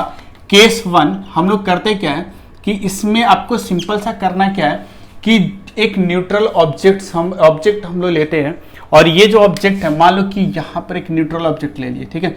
लेकिन इसको हम लोग करते क्या है, इस ऑब्जेक्ट को एक इंसुलेटिंग, आप कह सकते हो इंसुलेटिंग स्टैंड पर, जैसे मान लो कि एक न्यूट्रल ऑब्जेक्ट है, इलेक्ट्रिकली न्यूट्रल है, मतलब इस पर इलेक्ट्रिकली बैलेंस्ड कंडीशन में है, और इसको हम लोग करते क्या है, एक स्टैंड पर रख देते हैं। और ये स्टैंड हम लोग का जो है इंसुलेटिंग स्टैंड है, ये इंसुलेटिंग स्टैंड है, एक इंसुलेटिंग स्टैंड पर इसको रख देते हैं, ठीक है। नेक्स्ट अब देखो, इनिशियली इस पर कोई चार्ज नहीं है, और हम ये चाहते हैं, पहला कंडीशन ये ले रहे हैं कि इस कंडक्टिंग मटेरियल पर, और ये जो मटेरियल लिए हैं ये मटेरियल हम लोग का कंडक्टर है, और हम ये चाहते हैं कि इस पर प्लस चार्ज आए।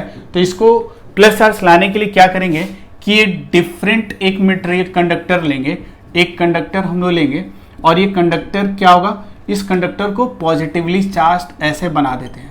मान लो कि ये कंडक्टर पॉजिटिवली चार्ज है, ठीक है।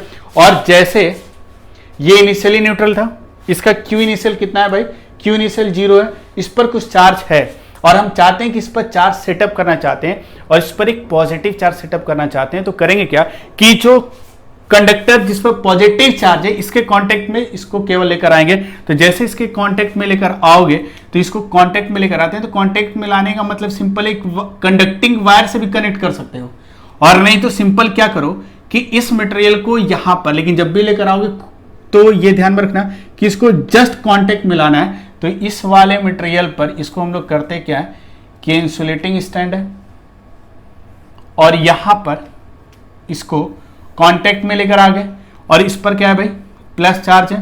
तो जैसे ही कांटेक्ट में लेकर आओगे, तो इस वाले फेनोमेनन को मैंने लेक्चर 2 में एक्सप्लेन कर दिया। चार्ज इज ट्रांसफरेबल, जो कैरेक्टरिस्टिक्स ऑफ चार्ज का पढ़े थे उसमें डिटेल में मैंने बताया था कि दो कंडक्टिंग मटेरियल को जब कांटेक्ट में लाते हैं तो इलेक्ट्रॉन का ट्रांसफर होता है from one material to other material due to potential difference.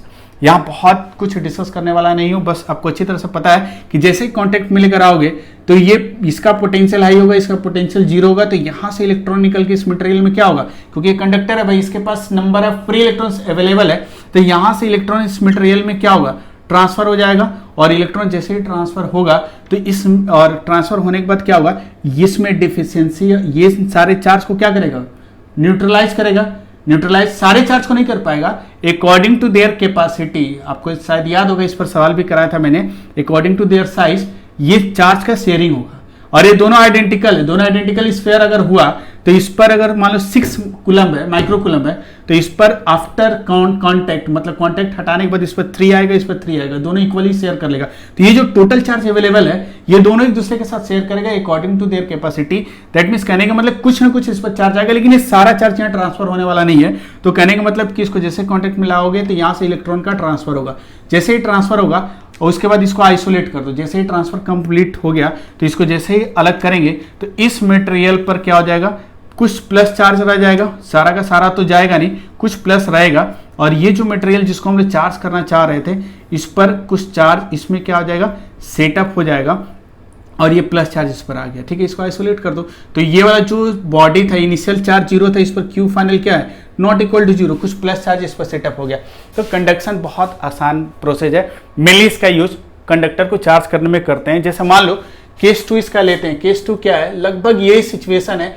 हम लोग क्या करेंगे, एक न्यूट्रल ऑब्जेक्ट हम लोग के पास है और इस पर हम नेगेटिव चार्ज को सेटअप करना चाहते हैं। तो नेगेटिव चार्ज सेटअप करने के लिए आपको अच्छी तरह से पता है क्या करना होगा। नेगेटिव चार्ज को सेटअप करने के लिए एक ऐसे चार्ज कंडक्टर को लेकर आएंगे जिस पर नेगेटिव चार्ज होगा, और जैसे इसको कांटेक्ट में लेकर आओगे तो इसमें से इलेक्ट्रॉन इसमें ट्रांसफर होगा, और जैसे ही ट्रांसफर होगा तो इसमें क्या हो जाएगा, कुछ नेगेटिव चार्ज ट्रांसफर होगा, तो ये नेगेटिवली चार्ज बॉडी में क्या होगा, कन्वर्ट हो जाएगा। फिर इसको आइसोलेट कर देंगे, तो according to their capacity total charge का कुछ शेयरिंग होगा। तो ये वाला जो पार्ट है इसको आइसोलेट कर देते हैं। तो इस पर आप कह सकते हो इस पर कुछ चार्ज सेटअप होगा, नेगेटिव चार्ज आ जाएगा, इस पर कुछ नेगेटिव चार्ज आएगा और इस पर भी कुछ नेगेटिव चार्ज इसका शेयर हो चुका है, ठीक है। तो इस तरह न्यूट्रल बॉडी को हम लोग बाई कंडक्शन, तो इसको हम लोग बोलते हैं कंडक्शन के थ्रू किसी न्यूट्रल मटेरियल ऑब्जेक्ट को हम लोग चार्ज कर रहे हैं, ठीक है। तो ये सेकेंड मेथड है, और इसको आप इसके बारे में और डिटेल में जानना हो तो आप लेक्चर 2 फिर से एक बार देख लेना, उसमें डिटेल में सब कुछ बताया हुआ है। जो चार्ज इज ट्रांसफरेबल, एकदम सेम वही कैरेक्टरिस्टिक्स यहाँ पर यूज करें, ठीक है। और लास्ट वाला जो मेथड हम लोग का है चार्जिंग बाय इंडक्शन, ये एक बहुत ही इंपॉर्टेंट कंसेप्ट या बहुत ही इंपॉर्टेंट टॉपिक है। तो चलिए अब देखते हैं तीसरा मेथड जो किसी न्यूट्रल बॉडी को चार्ज करने का, वो है चार्जिंग बाय इंडक्शन। तो चलिए देखते हैं अगला जो मेथड है चार्जिंग बाय इंडक्शन। और ये जो चार्जिंग बाय इंडक्शन, ये आप ऐसे समझो, आप लोगों के एग्जाम के पॉइंट ऑफ व्यू से बहुत इंपॉर्टेंट टॉपिक है, और इससे बहुत सारे ऑब्जेक्टिव क्वेश्चंस फ्रेम किए जा सकते हैं, ठीक है। तो चार्जिंग बाय इंडक्शन को समझने के लिए सबसे पहले एक छोटा सा एग्जांपल मैं लेता हूं, और इस एग्जांपल में मैं आपको बताना ये चाहता हूं कि सिंपल सा एक क्या कर रहे हैं, एक न्यूट्रल कंडक्टिंग मटेरियल ले लेते हैं, ठीक है। और जहां तक हम लोग जानते हैं कंडक्टर का मतलब क्या होता है भाई, जिसके पास फ्री इलेक्ट्रॉन्स बहुत ज्यादा अवेलेबल होता है। तो ये कंडक्टिंग मटेरियल मैंने ले लिया, और ये जो कंडक्टर है, इस कंडक्टर को हम लोग अभी क्या कर रहे हैं, एक प्लस चार्ज से आइसोलेट करके रख रहे हैं। मान लो एक कंडक्टर ले लिए और एक प्लस क्यू चार्ज हम ले लेते हैं, और अभी ये प्लस क्यू चार्ज और इसके बीच में इनफाइनाइट डिस्टेंस है। इनफाइनाइट डिस्टेंस का मतलब इन दोनों के बीच में कोई इंटरेक्शन नहीं है। अब हम करते क्या है कि इस चार्ज पार्टिकल को, इस प्लस क्यू चार्ज को, अभी ये ध्यान रखना कि ये जो कंडक्टर हम लिए हैं ये इलेक्ट्रिकली न्यूट्रल है, मतलब इस पर क्यू इनिशियल कितना है भाई, तो इस पर क्यू इनिशियल 0 है, लेकिन इस वाले क्यू इनिशियल 0, इस पर कोई चार्ज नहीं है, न्यूट्रल है, ठीक है। अब ये जो प्लस क्यू चार्ज है इसको इसके बहुत क्लोज लेकर जाते हैं, बहुत क्लोज मतलब यहां पर लेकर आते हैं। तो इस प्लस क्यू चार्ज को हम यहां से उठाकर इसके बहुत क्लोज लेकर आ गए, तो इस प्लस क्यू चार्ज को इसके क्लोज लेकर आ जाते हैं, ठीक है। तो जैसे इस प्लस क्यू चार्ज को आप यहां लेकर आओगे, तो हम लोगों को अच्छी तरह से पता है कि ये कंडक्टिंग मटेरियल है, तो इसमें फ्री इलेक्ट्रॉन्स अगर बहुत ह्यूज अमाउंट में होंगे, तो जैसे ही प्लस क्यू चार्ज को लेकर आओगे, तो ये क्या करेगा भाई कि सिंपल जितने भी नेगेटिव चार्ज है, मतलब जो इलेक्ट्रॉन्स है, उनको अपनी तरफ क्या करेगा, अट्रैक्ट करेगा। तो ये जैसे इसको अट्रैक्ट करना चाहेगा, तो अट्रैक्ट, सोचो कि जितने भी इलेक्ट्रॉन्स है उनको अट्रैक्ट करने की कोशिश करेगा। तो इलेक्ट्रॉन्स जैसे ही अट्रैक्ट करेगा, तो इलेक्ट्रॉन्स इसके बहुत क्लोज रहना चाहेंगे। क्लोज मतलब कहां रहना चाहेंगे, इस वाले सरफेस के पास, क्योंकि ये जो प्लस क्यू चार्ज है इलेक्ट्रॉन्स को अट्रैक्ट करेगा, लेकिन इतना सफिशिएंट एनर्जी नहीं दे पाएगा कि इलेक्ट्रॉन्स इस मटेरियल से बाहर निकल जाए। लेकिन वो इलेक्ट्रॉन्स कोशिश ये करेंगे कि ड्यू टू अट्रैक्टिव फोर्स उस प्लस क्यू के जितने क्लोज रह पाए। तो आप कह सकते हो कि सारे इलेक्ट्रॉन्स, इधर से सारे इलेक्ट्रॉन्स नहीं, कुछ नंबर ऑफ इलेक्ट्रॉन्स माइग्रेट करके फ्रॉम दिस सेक्शन, इस पर्टिकुलर मटेरियल के इस पार्ट से इस पार्ट में इलेक्ट्रॉन का ट्रांसफर होगा, और ये सारे इलेक्ट्रॉन्स इधर माइग्रेट करके आएंगे, और कुछ इलेक्ट्रॉन्स यहां पर सेटअप हो जाएंगे। और जैसे इलेक्ट्रॉन सेटअप होंगे, तो आपको अच्छी तरह से पता होगा कि इन सारे इलेक्ट्रॉन्स के आने की वजह से कुछ प्लस चार्ज यहां पर अपीयर होगा, और ये प्लस चार्ज अपीयर होगा। तो बहुत लोग कह सकते हैं कि सर ये प्लस चार्ज यहां भी तो अपीयर हो सकता है कि इसके जो क्लोज एटम है उससे वो इलेक्ट्रॉन पुल कर ले।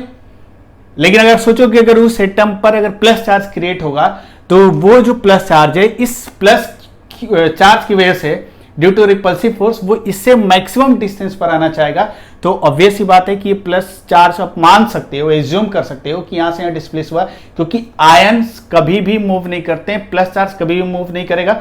लेकिन फिर भी इसको विजुलाइज करने के लिए सिंपल सी बात है कि ये प्लस चार्ज अगर आप यहां ना बनाकर कहो कि सर ठीक है, सारे इलेक्ट्रॉन्स जो है यहां के एटम को, इलेक्ट्रॉन्स को ये स्नैच कर लिया, यहां पर खींच के यहां तक लेकर आ गया, तो ये वहां पर प्लस चार्ज यहां होना चाहिए था, यहां क्यों होगा। तो सिंपल सा कंसेप्ट ऐसा समझो, मान लो यहां प्लस चार्ज क्रिएट भी हो गया, तो ये प्लस और ये प्लस है, तो ये ड्यू टू रिपल्सन ये प्लस चार्ज चाहेगा कि इससे जितने मैक्सिमम डिस्टेंस को मेंटेन कर पाए, क्योंकि like charges repel each other. तो ये वाला चार्ज मैक्सिमम डिस्टेंस कहां तक जा सकता है, यहां तक जा सकता है, इसलिए प्लस चार्ज कहां अपीयर होगा, यहां पर अपीयर होगा।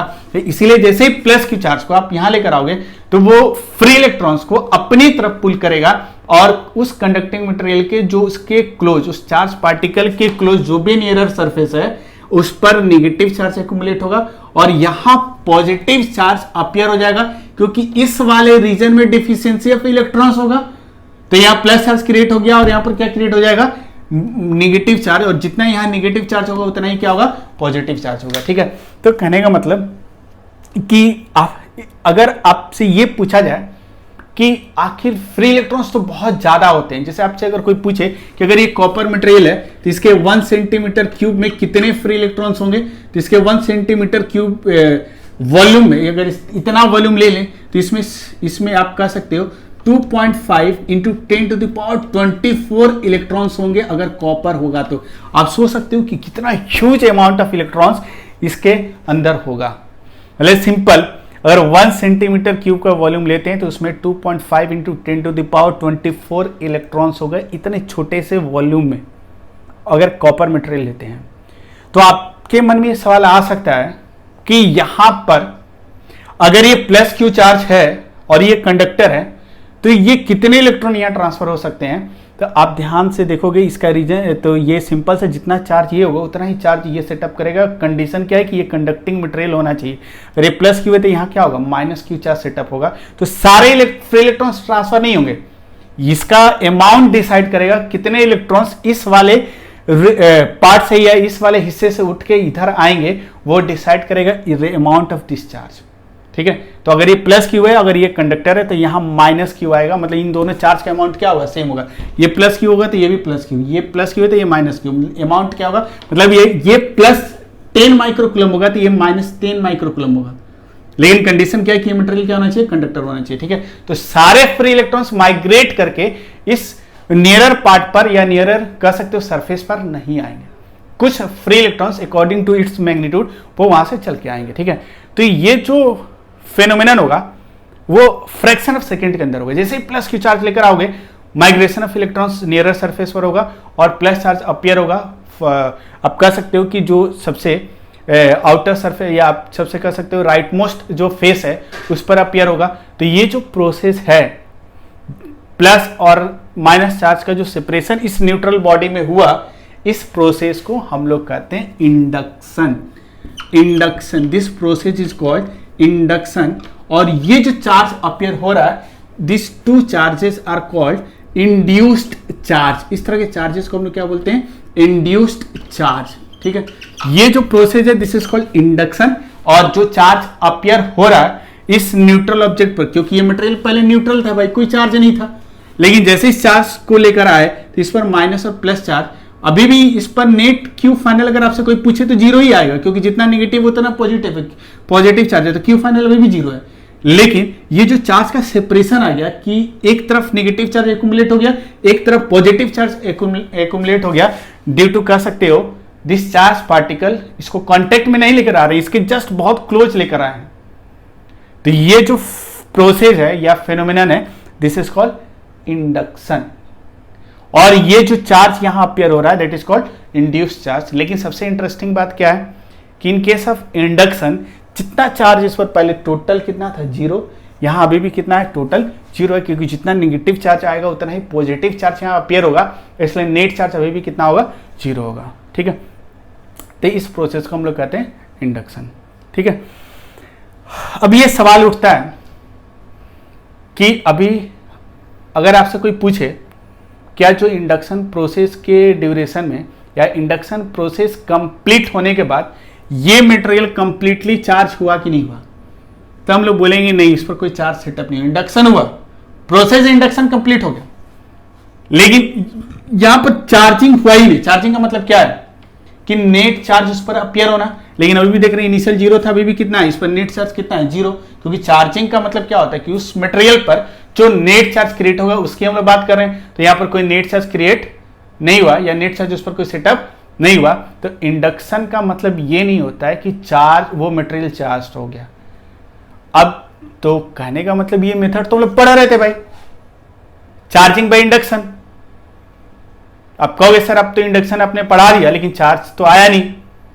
चार्ज आएगा, लेकिन इस इंडक्शन के साथ कुछ और प्रोसेस आपको इन्वॉल्व करना होगा, कुछ प्रोसेस और आपको ऐड करना होगा, तब आप इंडक्शन का यूज किसी मटेरियल या किसी न्यूट्रल ऑब्जेक्ट को चार्ज करने में कर सकते हो। केवल इंडक्शन सफिशिएंट नहीं है किसी एक मटेरियल पर चार्ज को सेटअप करने के लिए, इसलिए आपको ध्यान रखना होगा इंडक्शन के साथ कुछ और हम लोग प्रैक्टिकल एक्टिविटीज या कुछ एक्टिविटीज और ऐड करते हैं, एंड ड्यू टू दैट वहां पर हम लोग किसी न्यूट्रल ऑब्जेक्ट को चार्ज कर सकते हैं। ठीक है, तो अब सवाल उठता है कि वो कौन से एक्टिविटीज हैं जो इंडक्शन के साथ उसको ऐड कर देंगे तो वहां पर न्यूट्रल बॉडी पर चार्ज अपीयर होगा।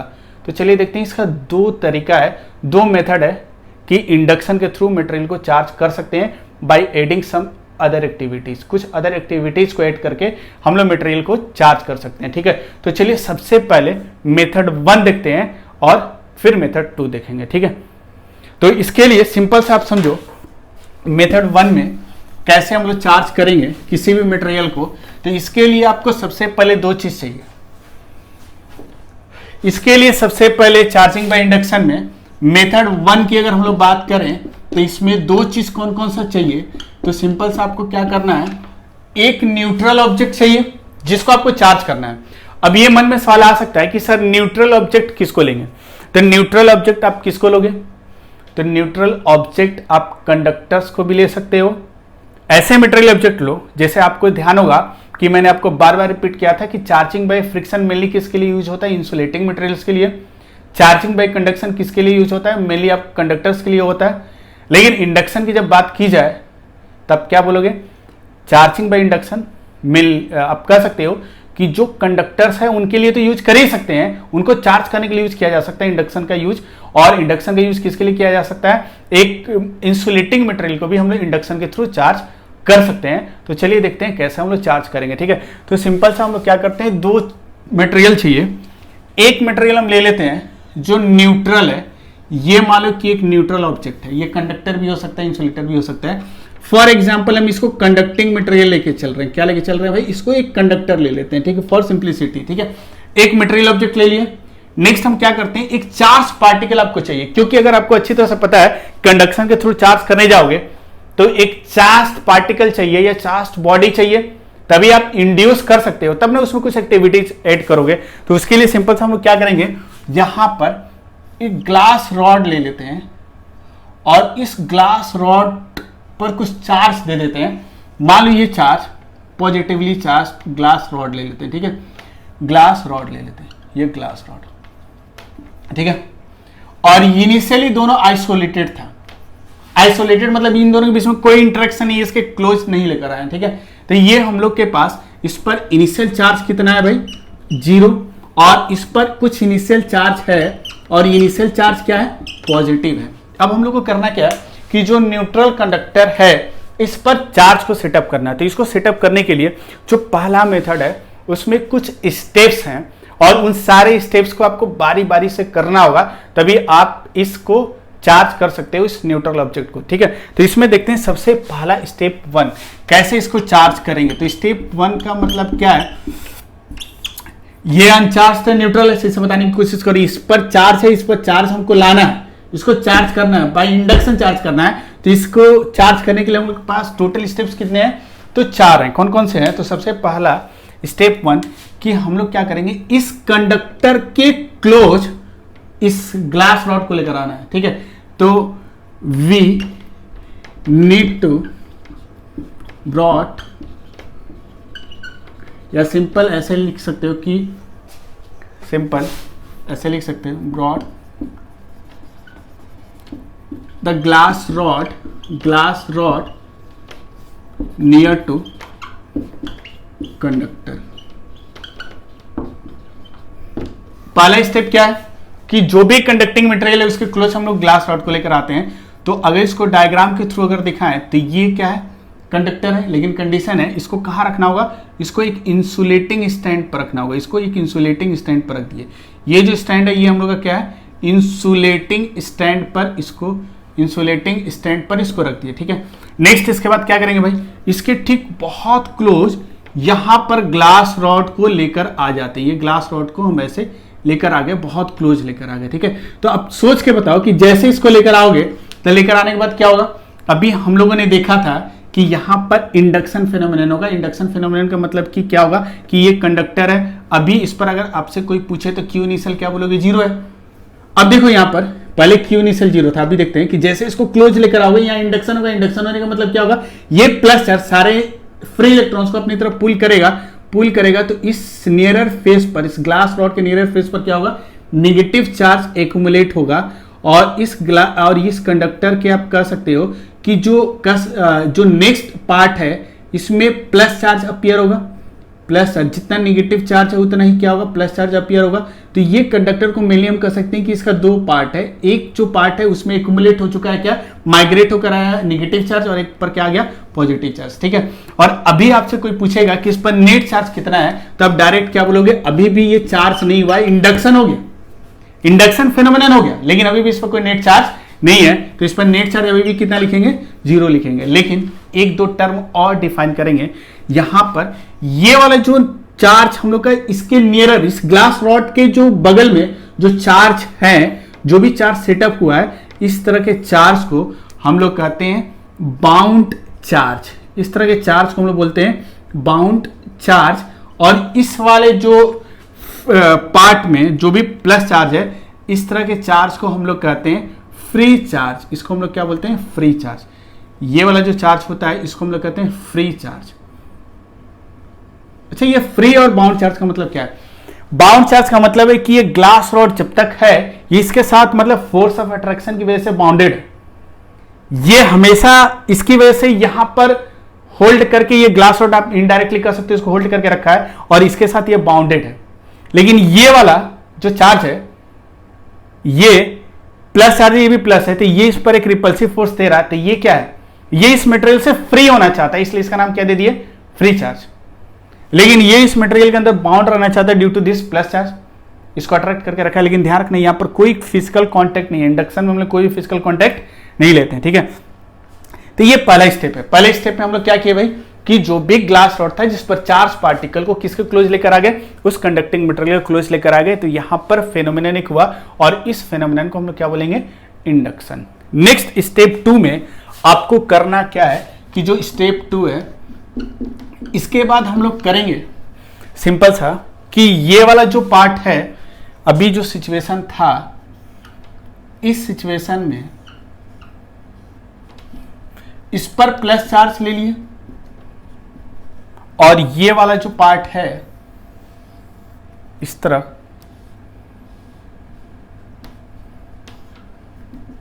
ठीक है। इस पर अगर आप ध्यान से देखोगे तो इस पर एक नेगेटिव चार्ज सेटअप हो चुका है, इस पर प्लस चार्ज ऐसे सेटअप हुआ था, ठीक है। नेक्स्ट स्टेप क्या है कि एक और मेटेलिक कंडक्टर आप लेकर आओ और एक स्फेरिकल कंडक्टर लेकर आओ। मतलब ये तो स्फेरिकल कंडक्टर था और एक स्फेरिकल कंडक्टर, मान ये स्फेरिकल नहीं था, कोई भी शेप का था, हम लोग अपने सिंप्लिसिटी के लिए स्फेरिकल नाम ले रहे हैं। तो यहां पर क्या करते हैं, एक और कंडक्टिंग मटेरियल को इसके कांटेक्ट में लेकर आते हैं, ठीक है। प्लेस अ कंडक्टर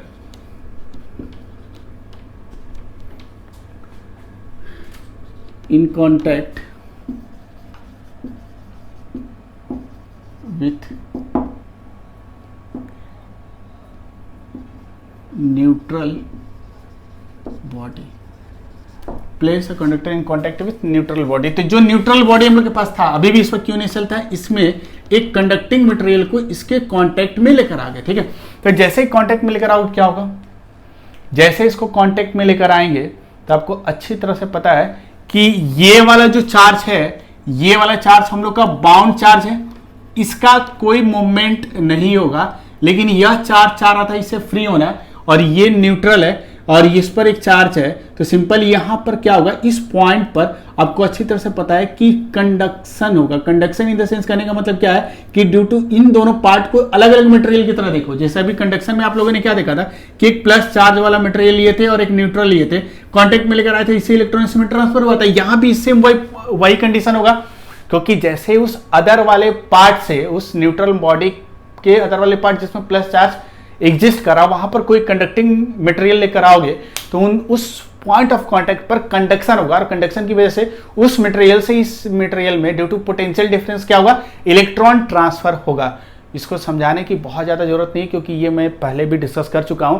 तो जैसे इसको कांटेक्ट में लेकर आओगे, यहां पर सिंपल इलेक्ट्रॉन का इससे इसमें क्या होगा, ट्रांसफर होगा, और जैसे ही ट्रांसफर होगा तो आफ्टर सम टाइम ये तो बाउंड चार्ज है, ये जैसे था वैसे ही रहेगा, लेकिन जो ग्लास रॉड हम लोग का है इस पर तो प्लस चार्ज था, ये क्या करके रखा है, ये इस मटेरियल, इस कंडक्टर के नेगेटिव चार्ज को अपने साथ बाउंड करके रखा था।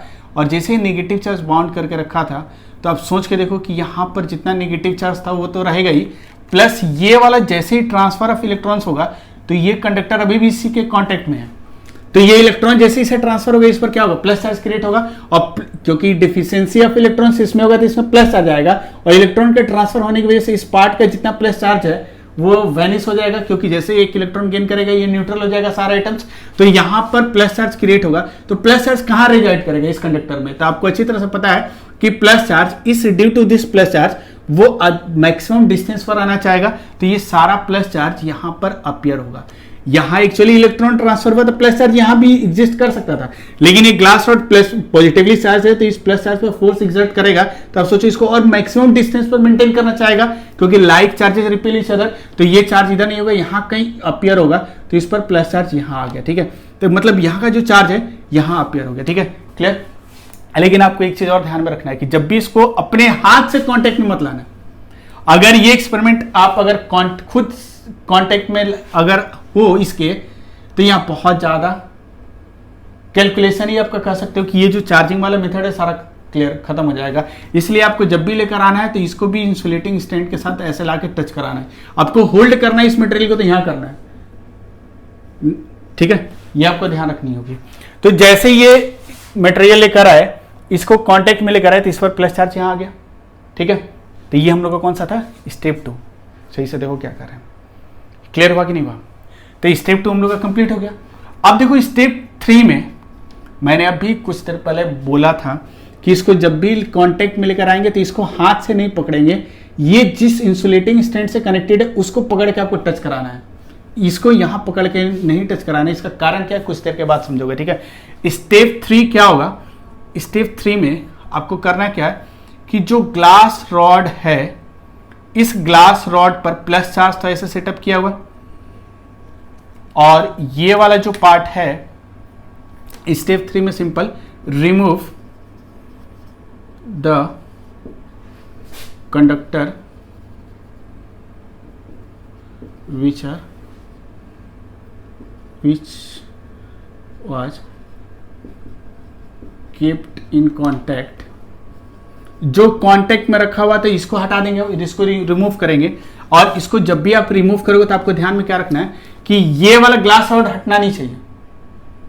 अच्छा, बहुत लोग सोच सकते हैं कि ये नेगेटिव चार्ज है, ये प्लस चार्ज है, तो ये नेगेटिव चार्ज यहां क्यों नहीं जा रहा, जाना तो चाहिए था भाई। ये अगर इसको पुल करा तो यहीं आकर रुक गया, इधर आना आ क्यों नहीं रहा। तो आपको अच्छी तरह आप किसी ने अगर आपसे ऐसा पूछा तो आप इसका आंसर क्या दोगे कि इस नेगेटिव और पॉजिटिव चार्ज के बीच का जो मीडियम है एयर है, और एयर एक इंसुलेटर होता है, परफेक्ट इंसुलेटर होता है, इसीलिए इंसुलेटिंग मटेरियल होने की वजह से इलेक्ट्रॉन को जाने का पाथ नहीं मिल रहा है। लेकिन अगर वायर से कनेक्ट कर देते तो ये सारा इलेक्ट्रॉन यहां से ट्रांसमिट हो जाता है। तो ये ध्यान में रखना है, यहां इलेक्ट्रॉन का टेंडेंसी है कि इस प्लस से मिलना चाह रहा है, लेकिन मिल नहीं सकता क्योंकि बीच में क्या है, इंसुलेटिंग मीडियम है, तो वो मिल नहीं पाएगा। ठीक है, इसलिए वहां पर बाउंडेड है। ठीक है, अब ध्यान से देखो, जैसे अब नेक्स्ट स्टेप 3 क्या है, ये वाले कंडीशन इसको रिमूव कर देंगे, लेकिन ग्लास रॉड को वहीं पर रखना है, ग्लास रॉड, और इसको ऐसे ही रखकर केवल इसको आइसोलेट करेंगे। तो आइसोलेट करने के बाद देखो क्या होगा कि यहां पर ग्लास रॉड उसी तरह है, इस पर क्या हो गया, एक प्लस चार्ज इस पर ऐसे ही रहेगा। नेक्स्ट ये वाला जो मटेरियल है इसको आइसोलेट कर दिए, तो यहां पर क्या होगा, एक नेगेटिव चार्ज इस तरह आ गया, और यहां से पॉजिटिव चार्ज इसके साथ निकल गया, इसको आइसोलेट कर दिए, इसको हटा दिए। इस पर क्या आ जाएगा, इसको जैसे ही हटाओगे तो यहां पर क्या आ जाएगा, ये इससे हट गया, तो इस पर एक प्लस चार्ज ऐसे, अब ये सारा चार्ज चारों तरफ डिस्ट्रीब्यूट हो जाएगा, अगर इसको अलग कर दिए, तब इसको अलग कर दोगे तो ये सारा प्लस चार्ज क्या हो जाएगा, इसके सरफेस पर डिस्ट्रीब्यूट हो जाएगा। ठीक है, क्लियर।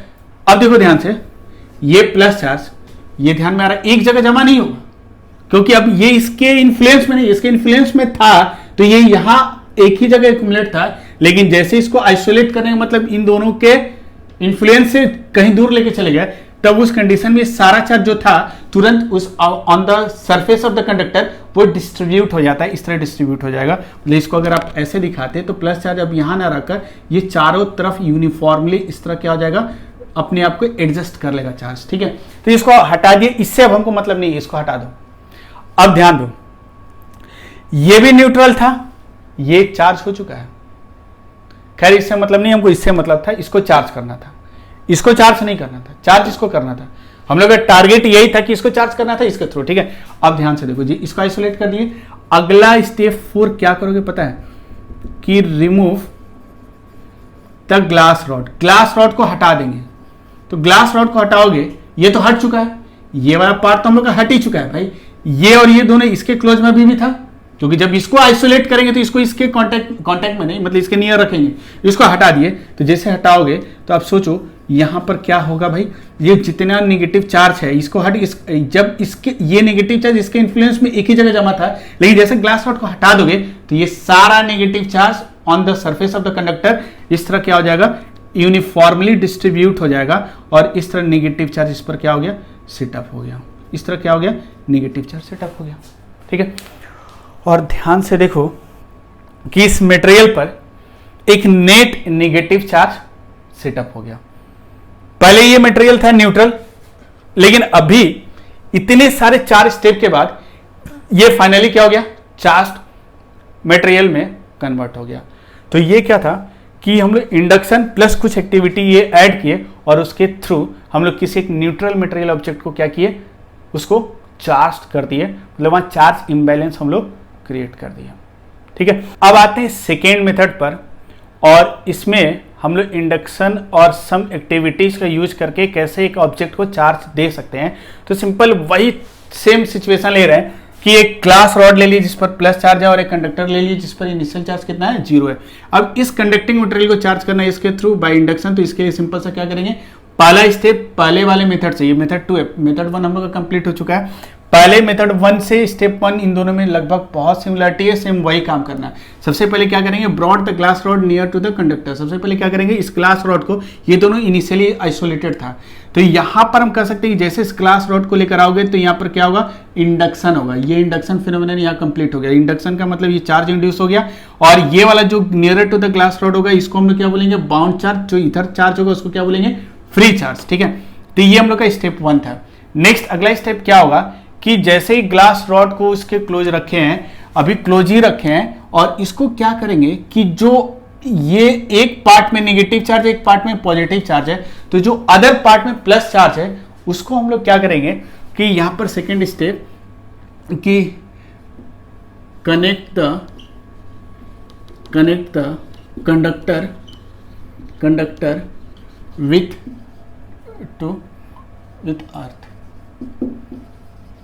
अर्थ के साथ इसको कनेक्ट टू द अर्थ।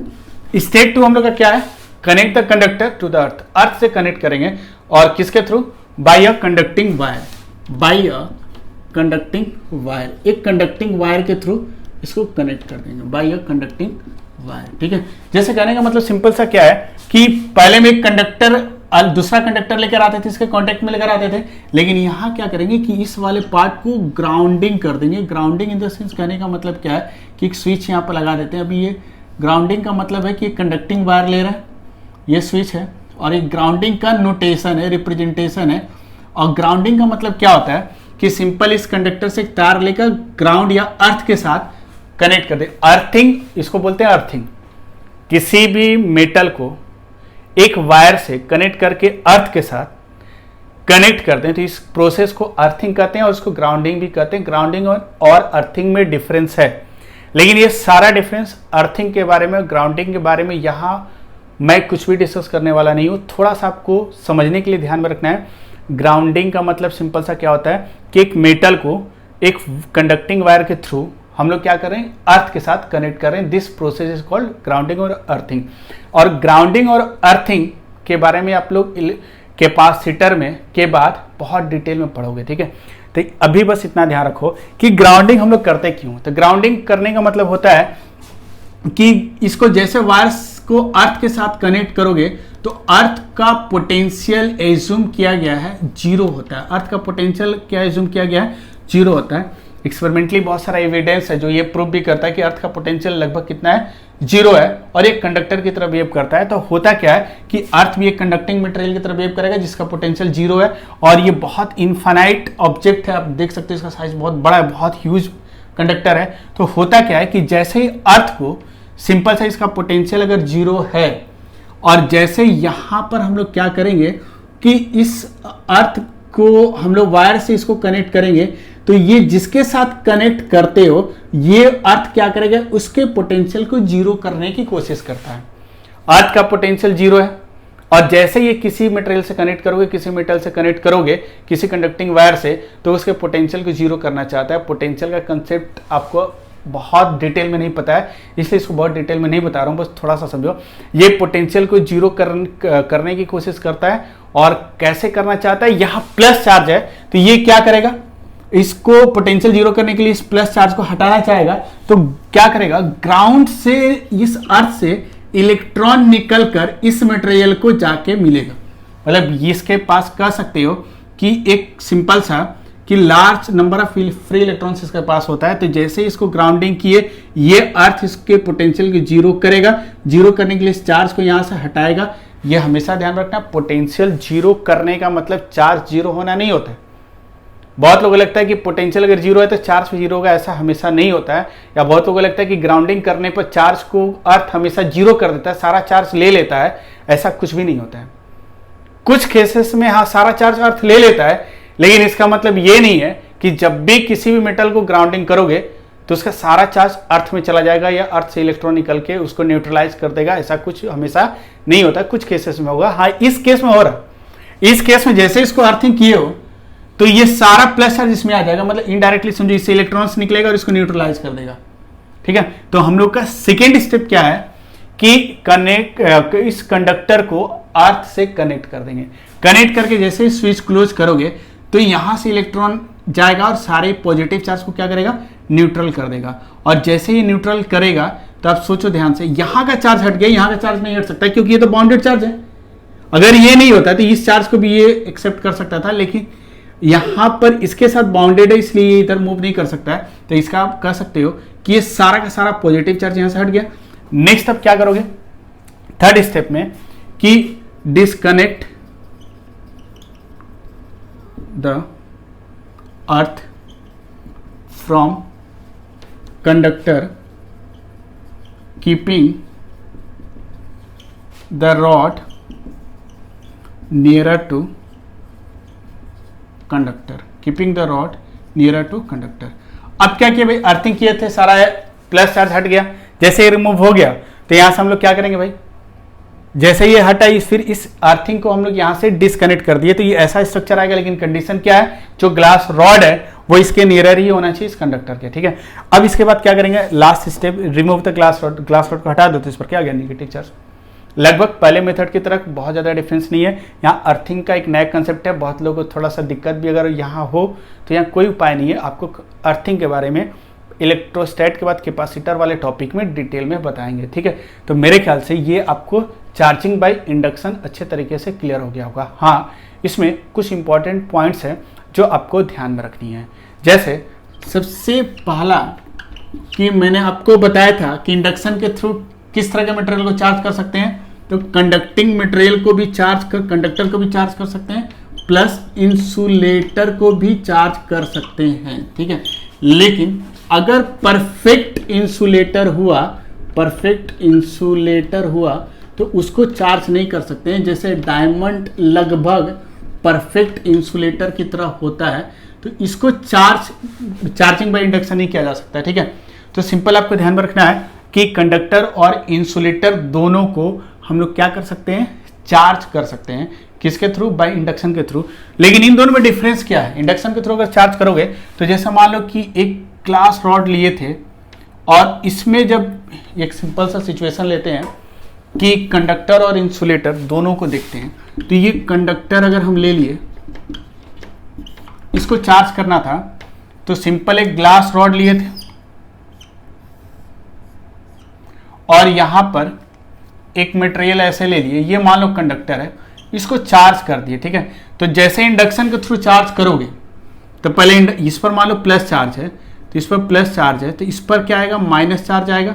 मान लो निगेटिव चार्ज आएगा, इस पर कितना चार्ज आएगा, प्लस क्यू चार्ज आएगा, ठीक है, ये प्लस क्यू चार्ज आएगा। अगर आपसे कोई पूछे कि जैसे यहां पर इस ग्लास रॉड पर, इसको हम ग्लास रॉड ले लेते हैं या कोई पॉजिटिवली चार्ज बॉडी ले लेते हैं, इस पर अगर क्यू चार्ज है, अगर इस पर प्लस क्यू चार्ज है, तो ये जो इंड्यूस चार्ज है यहां पर, जैसे मान लो कि इंड्यूस चार्ज का मतलब क्या होगा कि जैसे अर्थिंग कर दिए, ये चार्ज भी हट गया, मान लो ये चार्ज भी हट गया, तो इसको जब हटाएंगे तो यहाँ चार्ज टोटल इस पर सेटअप होगा, कितना सेटअप हो जाएगा आप देख सकते हो कि जैसे इसको हटाएंगे तो ये सारा चार्ज डिस्ट्रीब्यूट हो जाएगा। तो आपसे पूछा कि फाइनली ये जो चार्ज सेटअप हुआ है इसका अमाउंट कितना होगा, ठीक है। मान लो कि इंडक्शन के थ्रू जो भी 4 स्टेप था उसको हम पूरा किए, इस पर प्लस की चार्ज था, इस मटेरियल पर कुछ चार्ज सेटअप हुआ, और चार्ज सेटअप होने का मतलब क्या था कि जो चार्ज नेट सेटअप होगा उसका अमाउंट कितना होगा, तो उसका अमाउंट जो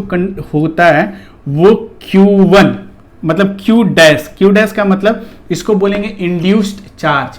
ये चार्ज को क्या कहते हैं हम लोग, इंड्यूस्ड चार्ज, मतलब कि इंडक्शन के थ्रू जो चार्ज इंड्यूस हुआ है इसका अमाउंट का फॉर्मूला है, जो केवल कंडक्टर के लिए नहीं इंसुलेटर के लिए भी यूज कर सकते हो। और याद रखना इस सवाल को IIT रुड़की में इस कंसेप्ट से रिलेटेड सवाल पूछ चुका है IIT रुड़की, जो IIT से भी टफ होता था, अभी IIT में इसको मिला दिया गया है, लेकिन जिस समय ये एग्जाम लेता था इस टॉपिक से रिलेटेड क्वेश्चन पूछा जा चुका है IIT रुड़की में, इसलिए IIT के एग्जाम में इस टॉपिक से क्वेश्चन आना श्योर, अगर पूछेगा तो आ सकता है, ठीक है। तो देखो सिंपल सा, अगर Q डैश की बात करें जो इंड्यूस चार्ज है, या सिंपल अगर हम इंड्यूस चार्ज की बात करें तो इसका एक फॉर्मूला है, कैसे आता है ये आपको कैपेसिटर में ही समझ में आएगा। बस इतना ध्यान रखना कि Q इंड्यूस का अमाउंट होता है Q into 1 minus 1 by K, where K is called dielectric constant, K is called dielectric constant, K को हम लोग कहते हैं डाइलेक्ट्रिक कांस्टेंट। ये हर मटेरियल का एक डाइलेक्ट्रिक कांस्टेंट होता है। ये क्या होता है ये आपको अभी समझ में नहीं आएगा, लेकिन बस इतना ध्यान रखो कि जो इंड्यूस चार्ज होगा, ये जो Q चार्ज अगर ये है तो इस पर जो इंड्यूस चार्ज आएगा इसको Q इंड्यूस कर रहे हैं, तो Q इंड्यूस का अमाउंट कितना होगा, Q into 1 minus 1 by K। और ये देखा गया K इक्वल टू 1, K का वैल्यू 1 होता है, K का वैल्यू 1 से इन्फिनिटी, K का वैल्यू 1 से लेके इन्फिनिटी के बीच में होता है। ये जो डाइलेक्ट्रिक कांस्टेंट है, हर मटेरियल का एक डाइलेक्ट्रिक कांस्टेंट होगा और इसका वैल्यू 1 से इन्फिनिटी के बीच में होता है। और अगर आपसे पूछे कि कंडक्टर के लिए K का वैल्यू कितना होता है, तो K का वैल्यू कंडक्टर के लिए इन्फिनिटी होता है। बस इतना याद रखना है, कैसे आ रहा क्यों आ रहा ये आप कैपेसिटर में समझोगे, वहां मैं आपको डिटेल में बताऊंगा, अभी बस याद रखो K इक्वल टू कितना होगा, कंडक्टर के लिए इन्फिनिटी होता है। और परफेक्ट इंसुलेटर जैसे डायमंड की तरह अगर हम लोग डायमंड ले ले, उसका K का वैल्यू कितना होता है, 1 होता है। K का वैल्यू कितना होगा, 1 होगा, ठीक है। तो अब सोचो अगर कंडक्टर के केस में आपसे पूछा कि अगर एक चार्ज ग्लास रॉड या कुछ भी हो सकता है, मान लो एक चार्ज Q है, यहाँ चार्ज इंड्यूस किया, पूछा कि यहां पर इंड्यूस चार्ज का वैल्यू कितना होगा, किस केस में, कंडक्टर के केस में, तो हम लोग क्या करेंगे भाई, कौन सा फॉर्मूला यूज करेंगे, हम लोग फॉर्मूला यूज करेंगे Q induced equal to, formula क्या है, Q into 1 minus 1 by K। और फॉर कंडक्टर हम लोग लिख सकते हैं, फॉर कंडक्टर क्या हो जाएगा, Q इंड्यूस मतलब K इक्वल टू कितना होता है, K इक्वल टू इन्फिनिटी होता है, तो Q equal to infinity put करो इस इक्वेशन में, तो Q इंड्यूस कितना हो जाएगा, Q into 1 minus 1 by infinity, 1 by infinity 0, तो कितना हो जाएगा Q। इसका मतलब क्या है भाई कि जब भी इंडक्शन होगा कंडक्टर के केस में, तो जितना चार्ज उसके चार्ज पार्टिकल का मतलब जो चार्ज बॉडी लेकर आओगे उस पर जितना चार्ज होगा आफ्टर चार्जिंग बाय इंडक्शन, उस मटेरियल पर सेम अमाउंट का चार्ज सेटअप होगा, क्योंकि from this relation Q induce कितना आ रहा है, प्लस Q आ रहा है, मतलब जितना चार्ज है उतना ही चार्ज, प्लस Q नहीं, मतलब ये अमाउंट आ रहा है। एक्चुअली ये Q इंड्यूस क्या है, अमाउंट ऑफ चार्ज है, ये नेचर नहीं बता रहा है, अमाउंट ऑफ चार्ज, ठीक है। नेचर तो आप यहां से देख सकते हो, प्लस लेकर आओगे तो यहाँ नेगेटिव आएगा, नेचर तो आप यहां से बता सकते हो, लेकिन ये अमाउंट बता रहा है कि इतने अमाउंट का, तो सेम अमाउंट का चार्ज इंड्यूस होगा, अपोजिट नेचर का सेटअप होगा, लेकिन सेम अमाउंट का होगा। किस केस में, जब हम इंडक्शन का कंसेप्ट लगाएंगे किसमें, कंडक्टर में, ठीक है। लेकिन अगर इंसुलेटर की बात करें तो इंसुलेटर के केस में इंडक्शन कैसे होगा। तो इंसुलेटर के केस में अगर मान लो आप इंसुलेटिंग मटेरियल लेते हो और ये एक रॉड ले लिए, चार्ज रॉड ले लिए, मान लो इस पर प्लस चार्ज है और इसको इसके क्लोज लेकर आते हो, तो इसमें इंडक्शन कैसे होगा। तो ये ध्यान रखना है, इंसुलेटर में फ्री इलेक्ट्रॉन्स नहीं होते हैं। तो आप कहोगे सर कंडक्टर में तो फ्री इलेक्ट्रॉन्स होते हैं, इंसुलेटर में तो फ्री इलेक्ट्रॉन्स नहीं होते हैं, तो इसमें इंडक्शन कैसे होगा। तो इसमें इंडक्शन आप जनरली इंसुलेटर में इंडक्शन आप नहीं कर सकते हो, पोलराइजेशन होता है, लेकिन उसी को हम लोग कहते हैं इंडक्शन भी कह सकते हो, कोई दिक्कत नहीं है। तो ये पोलराइजेशन है क्या, तो सिंपल देखो, जब इसको लेकर जब इंसुलेटर को देखेंगे तो उसका हर मटेरियल पर प्लस और माइनस चार्ज एकदम अरेंज ऐसे रहता है, मतलब रेंडमली इधर उधर रहता है, ठीक है। ध्यान से देखो, अगर हम ध्यान से देखें तो जो इंसुलेटिंग मटेरियल होता है उस इंसुलेटिंग मटेरियल में जो प्लस चार्ज होता है और जो इलेक्ट्रॉन क्लाउड उसके चार्ज, मतलब जो एक एटम लेते हैं उसमें जो प्लस चार्ज होता है, जो इलेक्ट्रॉन क्लाउड होता है, दोनों का सेंटर मैच करता है, ठीक है। दोनों का सेंटर कॉन्सेंट्रिक होता है, मतलब कहने का मतलब एक एटम लोगे तो उसका न्यूक्लियस का सेंटर और जो इलेक्ट्रॉन क्लाउड है दोनों का सेंटर एक ही जगह रहता है। लेकिन जैसे ही इसको हम लोग ग्लास रॉड लेकर आएंगे तो ग्लास रॉड या कुछ भी मान लो कि जो चार्ज पार्टिकल इसके क्लोज लेकर आओगे तो ये जो एटम है ये डिस्टॉर्ट हो जाता है, मतलब जो इलेक्ट्रॉन क्लाउड ऐसे सिमेट्रिकल होता है वो अनसिमेट्रिकल हो जाता है। अनसिमेट्रिकल का मतलब पहले इनिशियली जब कोई इंसुलेटर के केस में सारे एटम मान लो कि वो नॉन पोलर इंसुलेटर है, एक पोलर होता है कि नॉन पोलर होता है, ये सब थोड़ा सा और डिटेल में केमिस्ट्री में आप पढ़े होंगे। नॉन पोलर का मतलब, पोलर का मतलब क्या होता है, जिसमें सेंटर ऑफ पॉजिटिव चार्ज और सेंटर ऑफ नेगेटिव चार्ज कॉन्साइड ना करे। लेकिन पोलर का मतलब क्या होता है, नॉन पोलर का मतलब क्या होगा, जैसे सिंपल सा पोलर नॉन पोलर छोड़ दो, सिंपल सा ऐसा समझो, कोई भी ग्लास ले लो, उसका एक एटम ले लेते हैं, तो उसका जो सेंटर, जो पॉजिटिव चार्ज का सेंटर होगा और जो नेगेटिव चार्ज का सेंटर होगा कॉन्साइड करता है। लेकिन अगर हम क्या करें, ये ग्लास रॉड लेकर आओगे तो ये क्या करता है कि ये प्लस चार्ज इस प्लस चार्ज को धक्का देगा, एक रिपल्सिव फोर्स एक्सर्ट करेगा और इलेक्ट्रॉन क्लाउड को अपने तरफ खींचेगा। तो खींचने की वजह से प्लस चार्ज यहां आ जाएगा और नेगेटिव चार्ज का जो चार्ज है वो इस तरह क्लाउड जो है डिस्टॉर्ट हो जाएगा। मतलब सिंपल, जब ये नहीं था तो ये सारा, ये न्यूक्लियस जो है, मतलब जो प्लस चार्ज है उसका सेंटर और इलेक्ट्रॉन क्लाउड का सेंटर हर एटम का क्या करता है, कॉन्साइड कर रहा था। लेकिन जैसे ही आप क्या करोगे, ग्लास रॉड लेकर आओगे तो प्लस चार्ज को धक्का देगा, इलेक्ट्रॉन क्लाउड को खींचेगा, इलेक्ट्रॉन को वहां से खींचने, मतलब इलेक्ट्रॉन को एटम से अलग नहीं कर पा रहा। कंडक्टिंग मटेरियल में पहले से इलेक्ट्रॉन अवेलेबल था, लेकिन इसमें अवेलेबल नहीं है, वो न्यूक्लियस के साथ बंधा हुआ है। और जैसे उस रॉड को लेकर आओगे तो इलेक्ट्रॉन क्लाउड को खींचेगा, प्लस चार्ज को उधर भेजेगा, तो ये थोड़ा सा डिस्टॉर्ट हो जाएगा।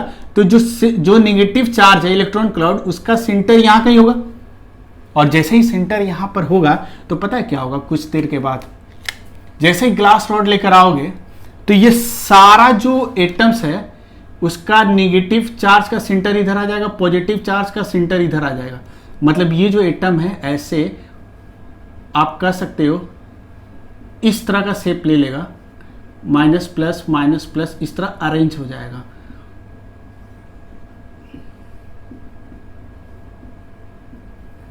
इस तरह अरेंज हो गया, मेरे ख्याल से समझ में आया होगा। जब ये हटा दोगे ग्लास रॉड को, अभी भी ग्लास रॉड ऐसे है, जैसे इस ग्लास रॉड को हटा दोगे तो ये पता है क्या होगा, फिर से ऐसा हो जाएगा, न्यूट्रल हो जाएगा। ये अभी न्यूट्रल नहीं है। क्यों न्यूट्रल नहीं है, क्योंकि यहां से एक लाइन खींच दे और यहां से एक लाइन खींच दे तो बीच वाला ये प्लस और माइनस कैंसिल, ये प्लस और माइनस कैंसिल, लेकिन इस प्लस को कोई कैंसिल नहीं कर पा रहा, इस माइनस को कोई कैंसिल नहीं कर रहा।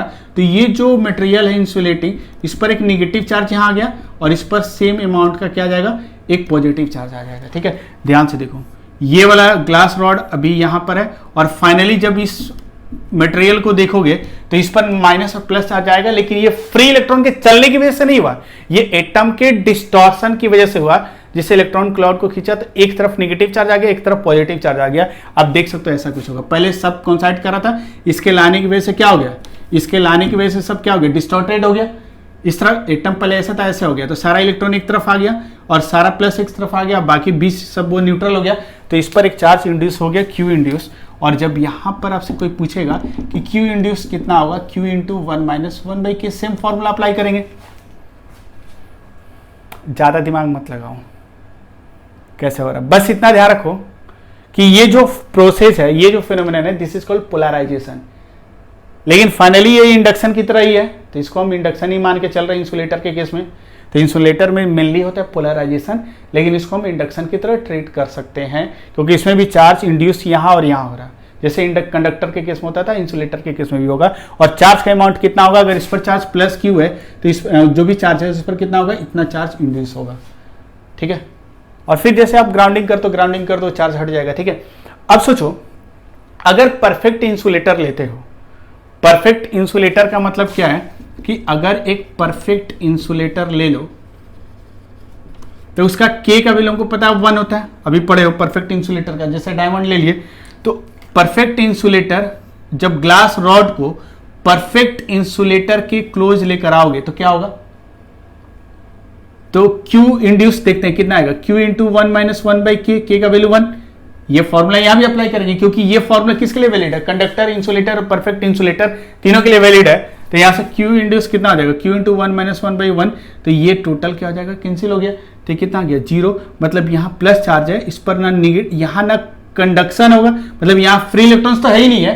प्लस ये जो पोलराइजेशन है, जैसे मान लो ये अगर वुड का होता है, ऊल होता है, चाहे कोई भी और इंसुलेटिंग मटेरियल है, तो इसमें पोलराइजेशन की वजह से चार्ज इंड्यूस होता है, लेकिन इसमें पोलराइजेशन भी नहीं होगा और फ्री इलेक्ट्रॉन्स तो है ही नहीं है। तो परफेक्ट इंसुलेटर के केस में कभी भी इंडक्शन और पोलराइजेशन हो ही नहीं सकता है, इसलिए उस पर Q इंड्यूस कितना आ जाएगा, 0 आएगा। अब इससे रिलेटेड क्वेश्चन क्या पूछा था आपको मैं बता रहा हूं, इसमें दिया ये था क्वेश्चन, आप भी सोच के बताना। ठीक है, ठीक है। अच्छा एक बात बताओ कि यहां जो Q इंड्यूस आ रहा इंसुलेटिंग मटेरियल में, वो Q इंड्यूस Q से कम होगा या बराबर होगा या उससे ज्यादा होगा।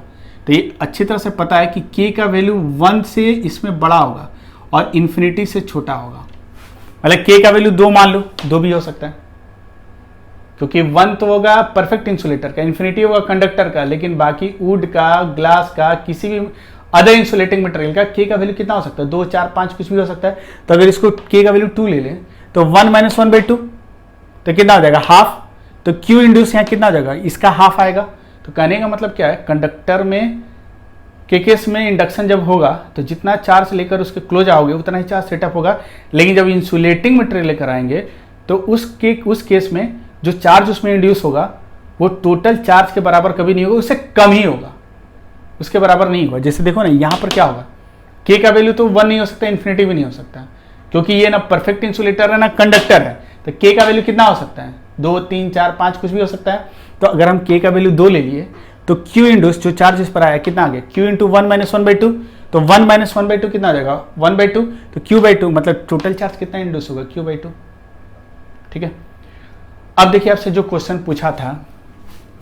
पूछा ये था कि एक बैलून हम ले लेते हैं और इस बैलून को रब करके इस पर मान लो कि चार्ज इस पर सेटअप कर दिया, नेगेटिव चार्ज सेटअप हो गया। ठीक है, और बोला कि इसको एक दीवार के कांटेक्ट में लेकर आते हैं। एक दीवार जो है कंडक्टिंग वॉल है, और ये आपका इंसुलेटिंग वॉल है। क्वेश्चन सही से समझो, एक बैलून को चार्ज किए, मान लो रब किए हेयर के अगेंस्ट में, उस पर नेगेटिव चार्ज आया। और ये एक्सपेरिमेंट आप खुद भी करके देखना, बैलून को जब हेयर में रब करोगे और इस दीवार पर अगर मैं उसको चिपकाऊं तो चिपक जाएगा। तो क्वेश्चन ये पूछा गया था कि जब इस बैलून को कंडक्टिंग वॉल से चिपकाते हैं बहुत स्ट्रांगली चिपक जाता है, लेकिन इसी बैलून को जब इंसुलेटिंग वॉल से चिपकाएंगे तो बहुत स्ट्रांगली नहीं चिपकता है। चिपकेगा लेकिन बहुत स्ट्रांगली नहीं चिपकेगा। ऐसा क्यों? तो होता क्या है, जबकि ये कंडक्टिंग वॉल पर इनिशियल चार्ज 0 था, इस पर भी इनिशियल चार्ज कितना है, 0 है। तो पहले सोचते हैं चिपकता क्यों है, तो क्योंकि जैसे इसको क्लोज लेकर आओगे तो यहाँ इंडक्शन होगा, इंडक्शन की वजह से इस पर माइनस चार्ज है तो इस पर क्या आएगा, प्लस चार्ज इंड्यूस होगा, और जैसे इंड्यूस होगा ये इसको क्या करेगा, अट्रैक्ट कर लेगा। अच्छा, बैलून को जब यहाँ लेकर आओगे तो यहाँ पर भी नेगेटिव चार्ज है, यहाँ भी इंडक्शन होगा, लेकिन यहाँ इंडक्शन नहीं, पोलराइजेशन होगा, और पोलराइजेशन की वजह से जो चार्ज इंड्यूस आएगा ये ऑलवेज जो चार्ज इस बैलून पर होगा उससे कम होगा। लेकिन ये कंडक्टिंग वाल है तो यहां पर Q इंड्यूस क्या होगा, Q के बराबर होगा, जितना चार्ज इस पर होगा उतना चार्ज उस पर इंड्यूस होगा। तो कहने का मतलब इन दोनों केस में फोर्स ऑफ अट्रैक्शन किस में ज्यादा होगा, इसमें ज्यादा होगा, क्योंकि इसमें दोनों केस में चार्ज क्या है, सेम है, इसमें चार्ज कम है, तो force of attraction amount of charge पर डिपेंड करता है। तो इसमें जो इंड्यूस चार्ज आएगा, क्योंकि ये पहला चीज की दोनों वॉल अट्रैक्ट क्यों करेगा, क्योंकि due to induction, conducting wall के केस में इंडक्शन हो रहा और इंसुलेटिंग वॉल के केस में क्या हो रहा। आप कह सकते हो कि सिंपल पोलराइजेशन हो रहा या सिंपल इंडक्शन भी कर सकते हो। तो यहाँ प्लस चार्ज सेटअप होगा और यहाँ माइनस चार्ज है, तो ये माइनस से प्लस चार्ज के बीच में क्या होगा, अट्रैक्शन होगा, इसलिए दोनों केस में चिपकेगा। लेकिन ये देखा गया स्ट्रांगली चिपकेगा, स्टिक करेगा पहले केस में कंडक्टिंग वॉल के साथ और इसमें कम करेगा। इसका रीजन क्या है, क्योंकि ड्यू टू इंडक्शन इसमें जो चार्ज इंड्यूस होगा, जितना चार्ज इस बैलून पर होगा उतना ही चार्ज इस पर आएगा, इसमें लेकिन इससे कम आएगा, इसलिए इन दोनों चार्ज के बीच में जो फोर्स ऑफ अट्रैक्शन होगा इसके रिस्पेक्ट में क्या होगा, कम होगा। इसलिए यहां पर अट्रैक्शन मतलब जो कंडक्टिंग वॉल है वो बैलून को ज़्यादा स्ट्रांगली उसको होल्ड करके रखता है, लेकिन जो इंसुलेटिंग वॉल है बहुत ज़्यादा स्ट्रांगली उसको होल्ड करके नहीं रख पाता है। ठीक है, तो मेरे ख्याल से ये जो इंपॉर्टेंट पॉइंट है इसको आप थोड़ा ध्यान में रखना। हो सकता है कि इसमें कुछ टर्म्स बार बार ऐसा यूज हुआ है जो आप अभी तक सुने ही नहीं हो, तो इस वाले पार्ट का ये जो लास्ट का 10 मिनट है इस पर लेकर आप टेंशन मत लेना। अगर ये फॉर्मूला याद है तो बहुत अच्छी बात है, नहीं तो इसको आप डिटेल में कैपेसिटर में सीखोगे, इसलिए परेशान होने की बात नहीं है। ये लास्ट वाला टॉपिक अगर नहीं भी समझ में आ रहा तो आप फिर से एक बार वीडियो देखना, दूसरी बार जब देखोगे तो जरूर समझ में आ जाएगा।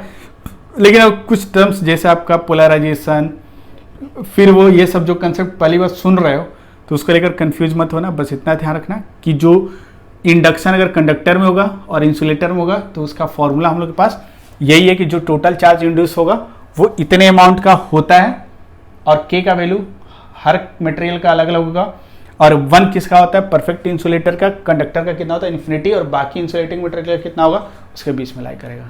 ठीक है, तो मेरे ख्याल से ये लेक्चर 3 में जितना कंसेप्ट मैंने अभी डील किया है आप लोगों को अच्छी तरह से समझ में आया होगा। और अगले क्लास में अभी तक हम लोग थ्योरेटिकल पार्ट ही अधिकतर पढ़े हैं, लेकिन इतना बताना जरूरी था क्योंकि कंसेप्ट ऑफ चार्ज अगर आपका सही से क्लियर नहीं होगा या चार्ज से रिलेटेड जो भी फिनोमिनन्स है, जो भी मेथड्स है, जो भी कंसेप्ट है, अगर वो अच्छे तरीके से क्लियर नहीं होगा तो आगे वाले टॉपिक को आप रट तो सकते हो लेकिन विजुअलाइज नहीं कर पाओगे। अब देखना आपको जबरदस्त मजा आएगा क्योंकि अगले क्लास में हम लोग कूलम्ब्स लॉ, जो इलेक्ट्रोस्टैटिक फोर्स के बारे में कूलम्ब्स लॉ दिया गया है उसको हम लोग स्टडी करेंगे और वहां से आपका इलेक्ट्रोस्टैट थोड़ा सा इंटरेस्टिंग होगा। ये सब छोटी छोटी चीजें अब आगे जितने भी पार्ट्स पढ़ोगे इलेक्ट्रोस्टैट का, इलेक्ट्रिसिटी का, कहीं भी इन सब चीजों का आपका यूज होने वाला है। तो अगले क्लास में हम लोग कूलम्ब्स लॉ पढ़ने वाले हैं। ठीक है।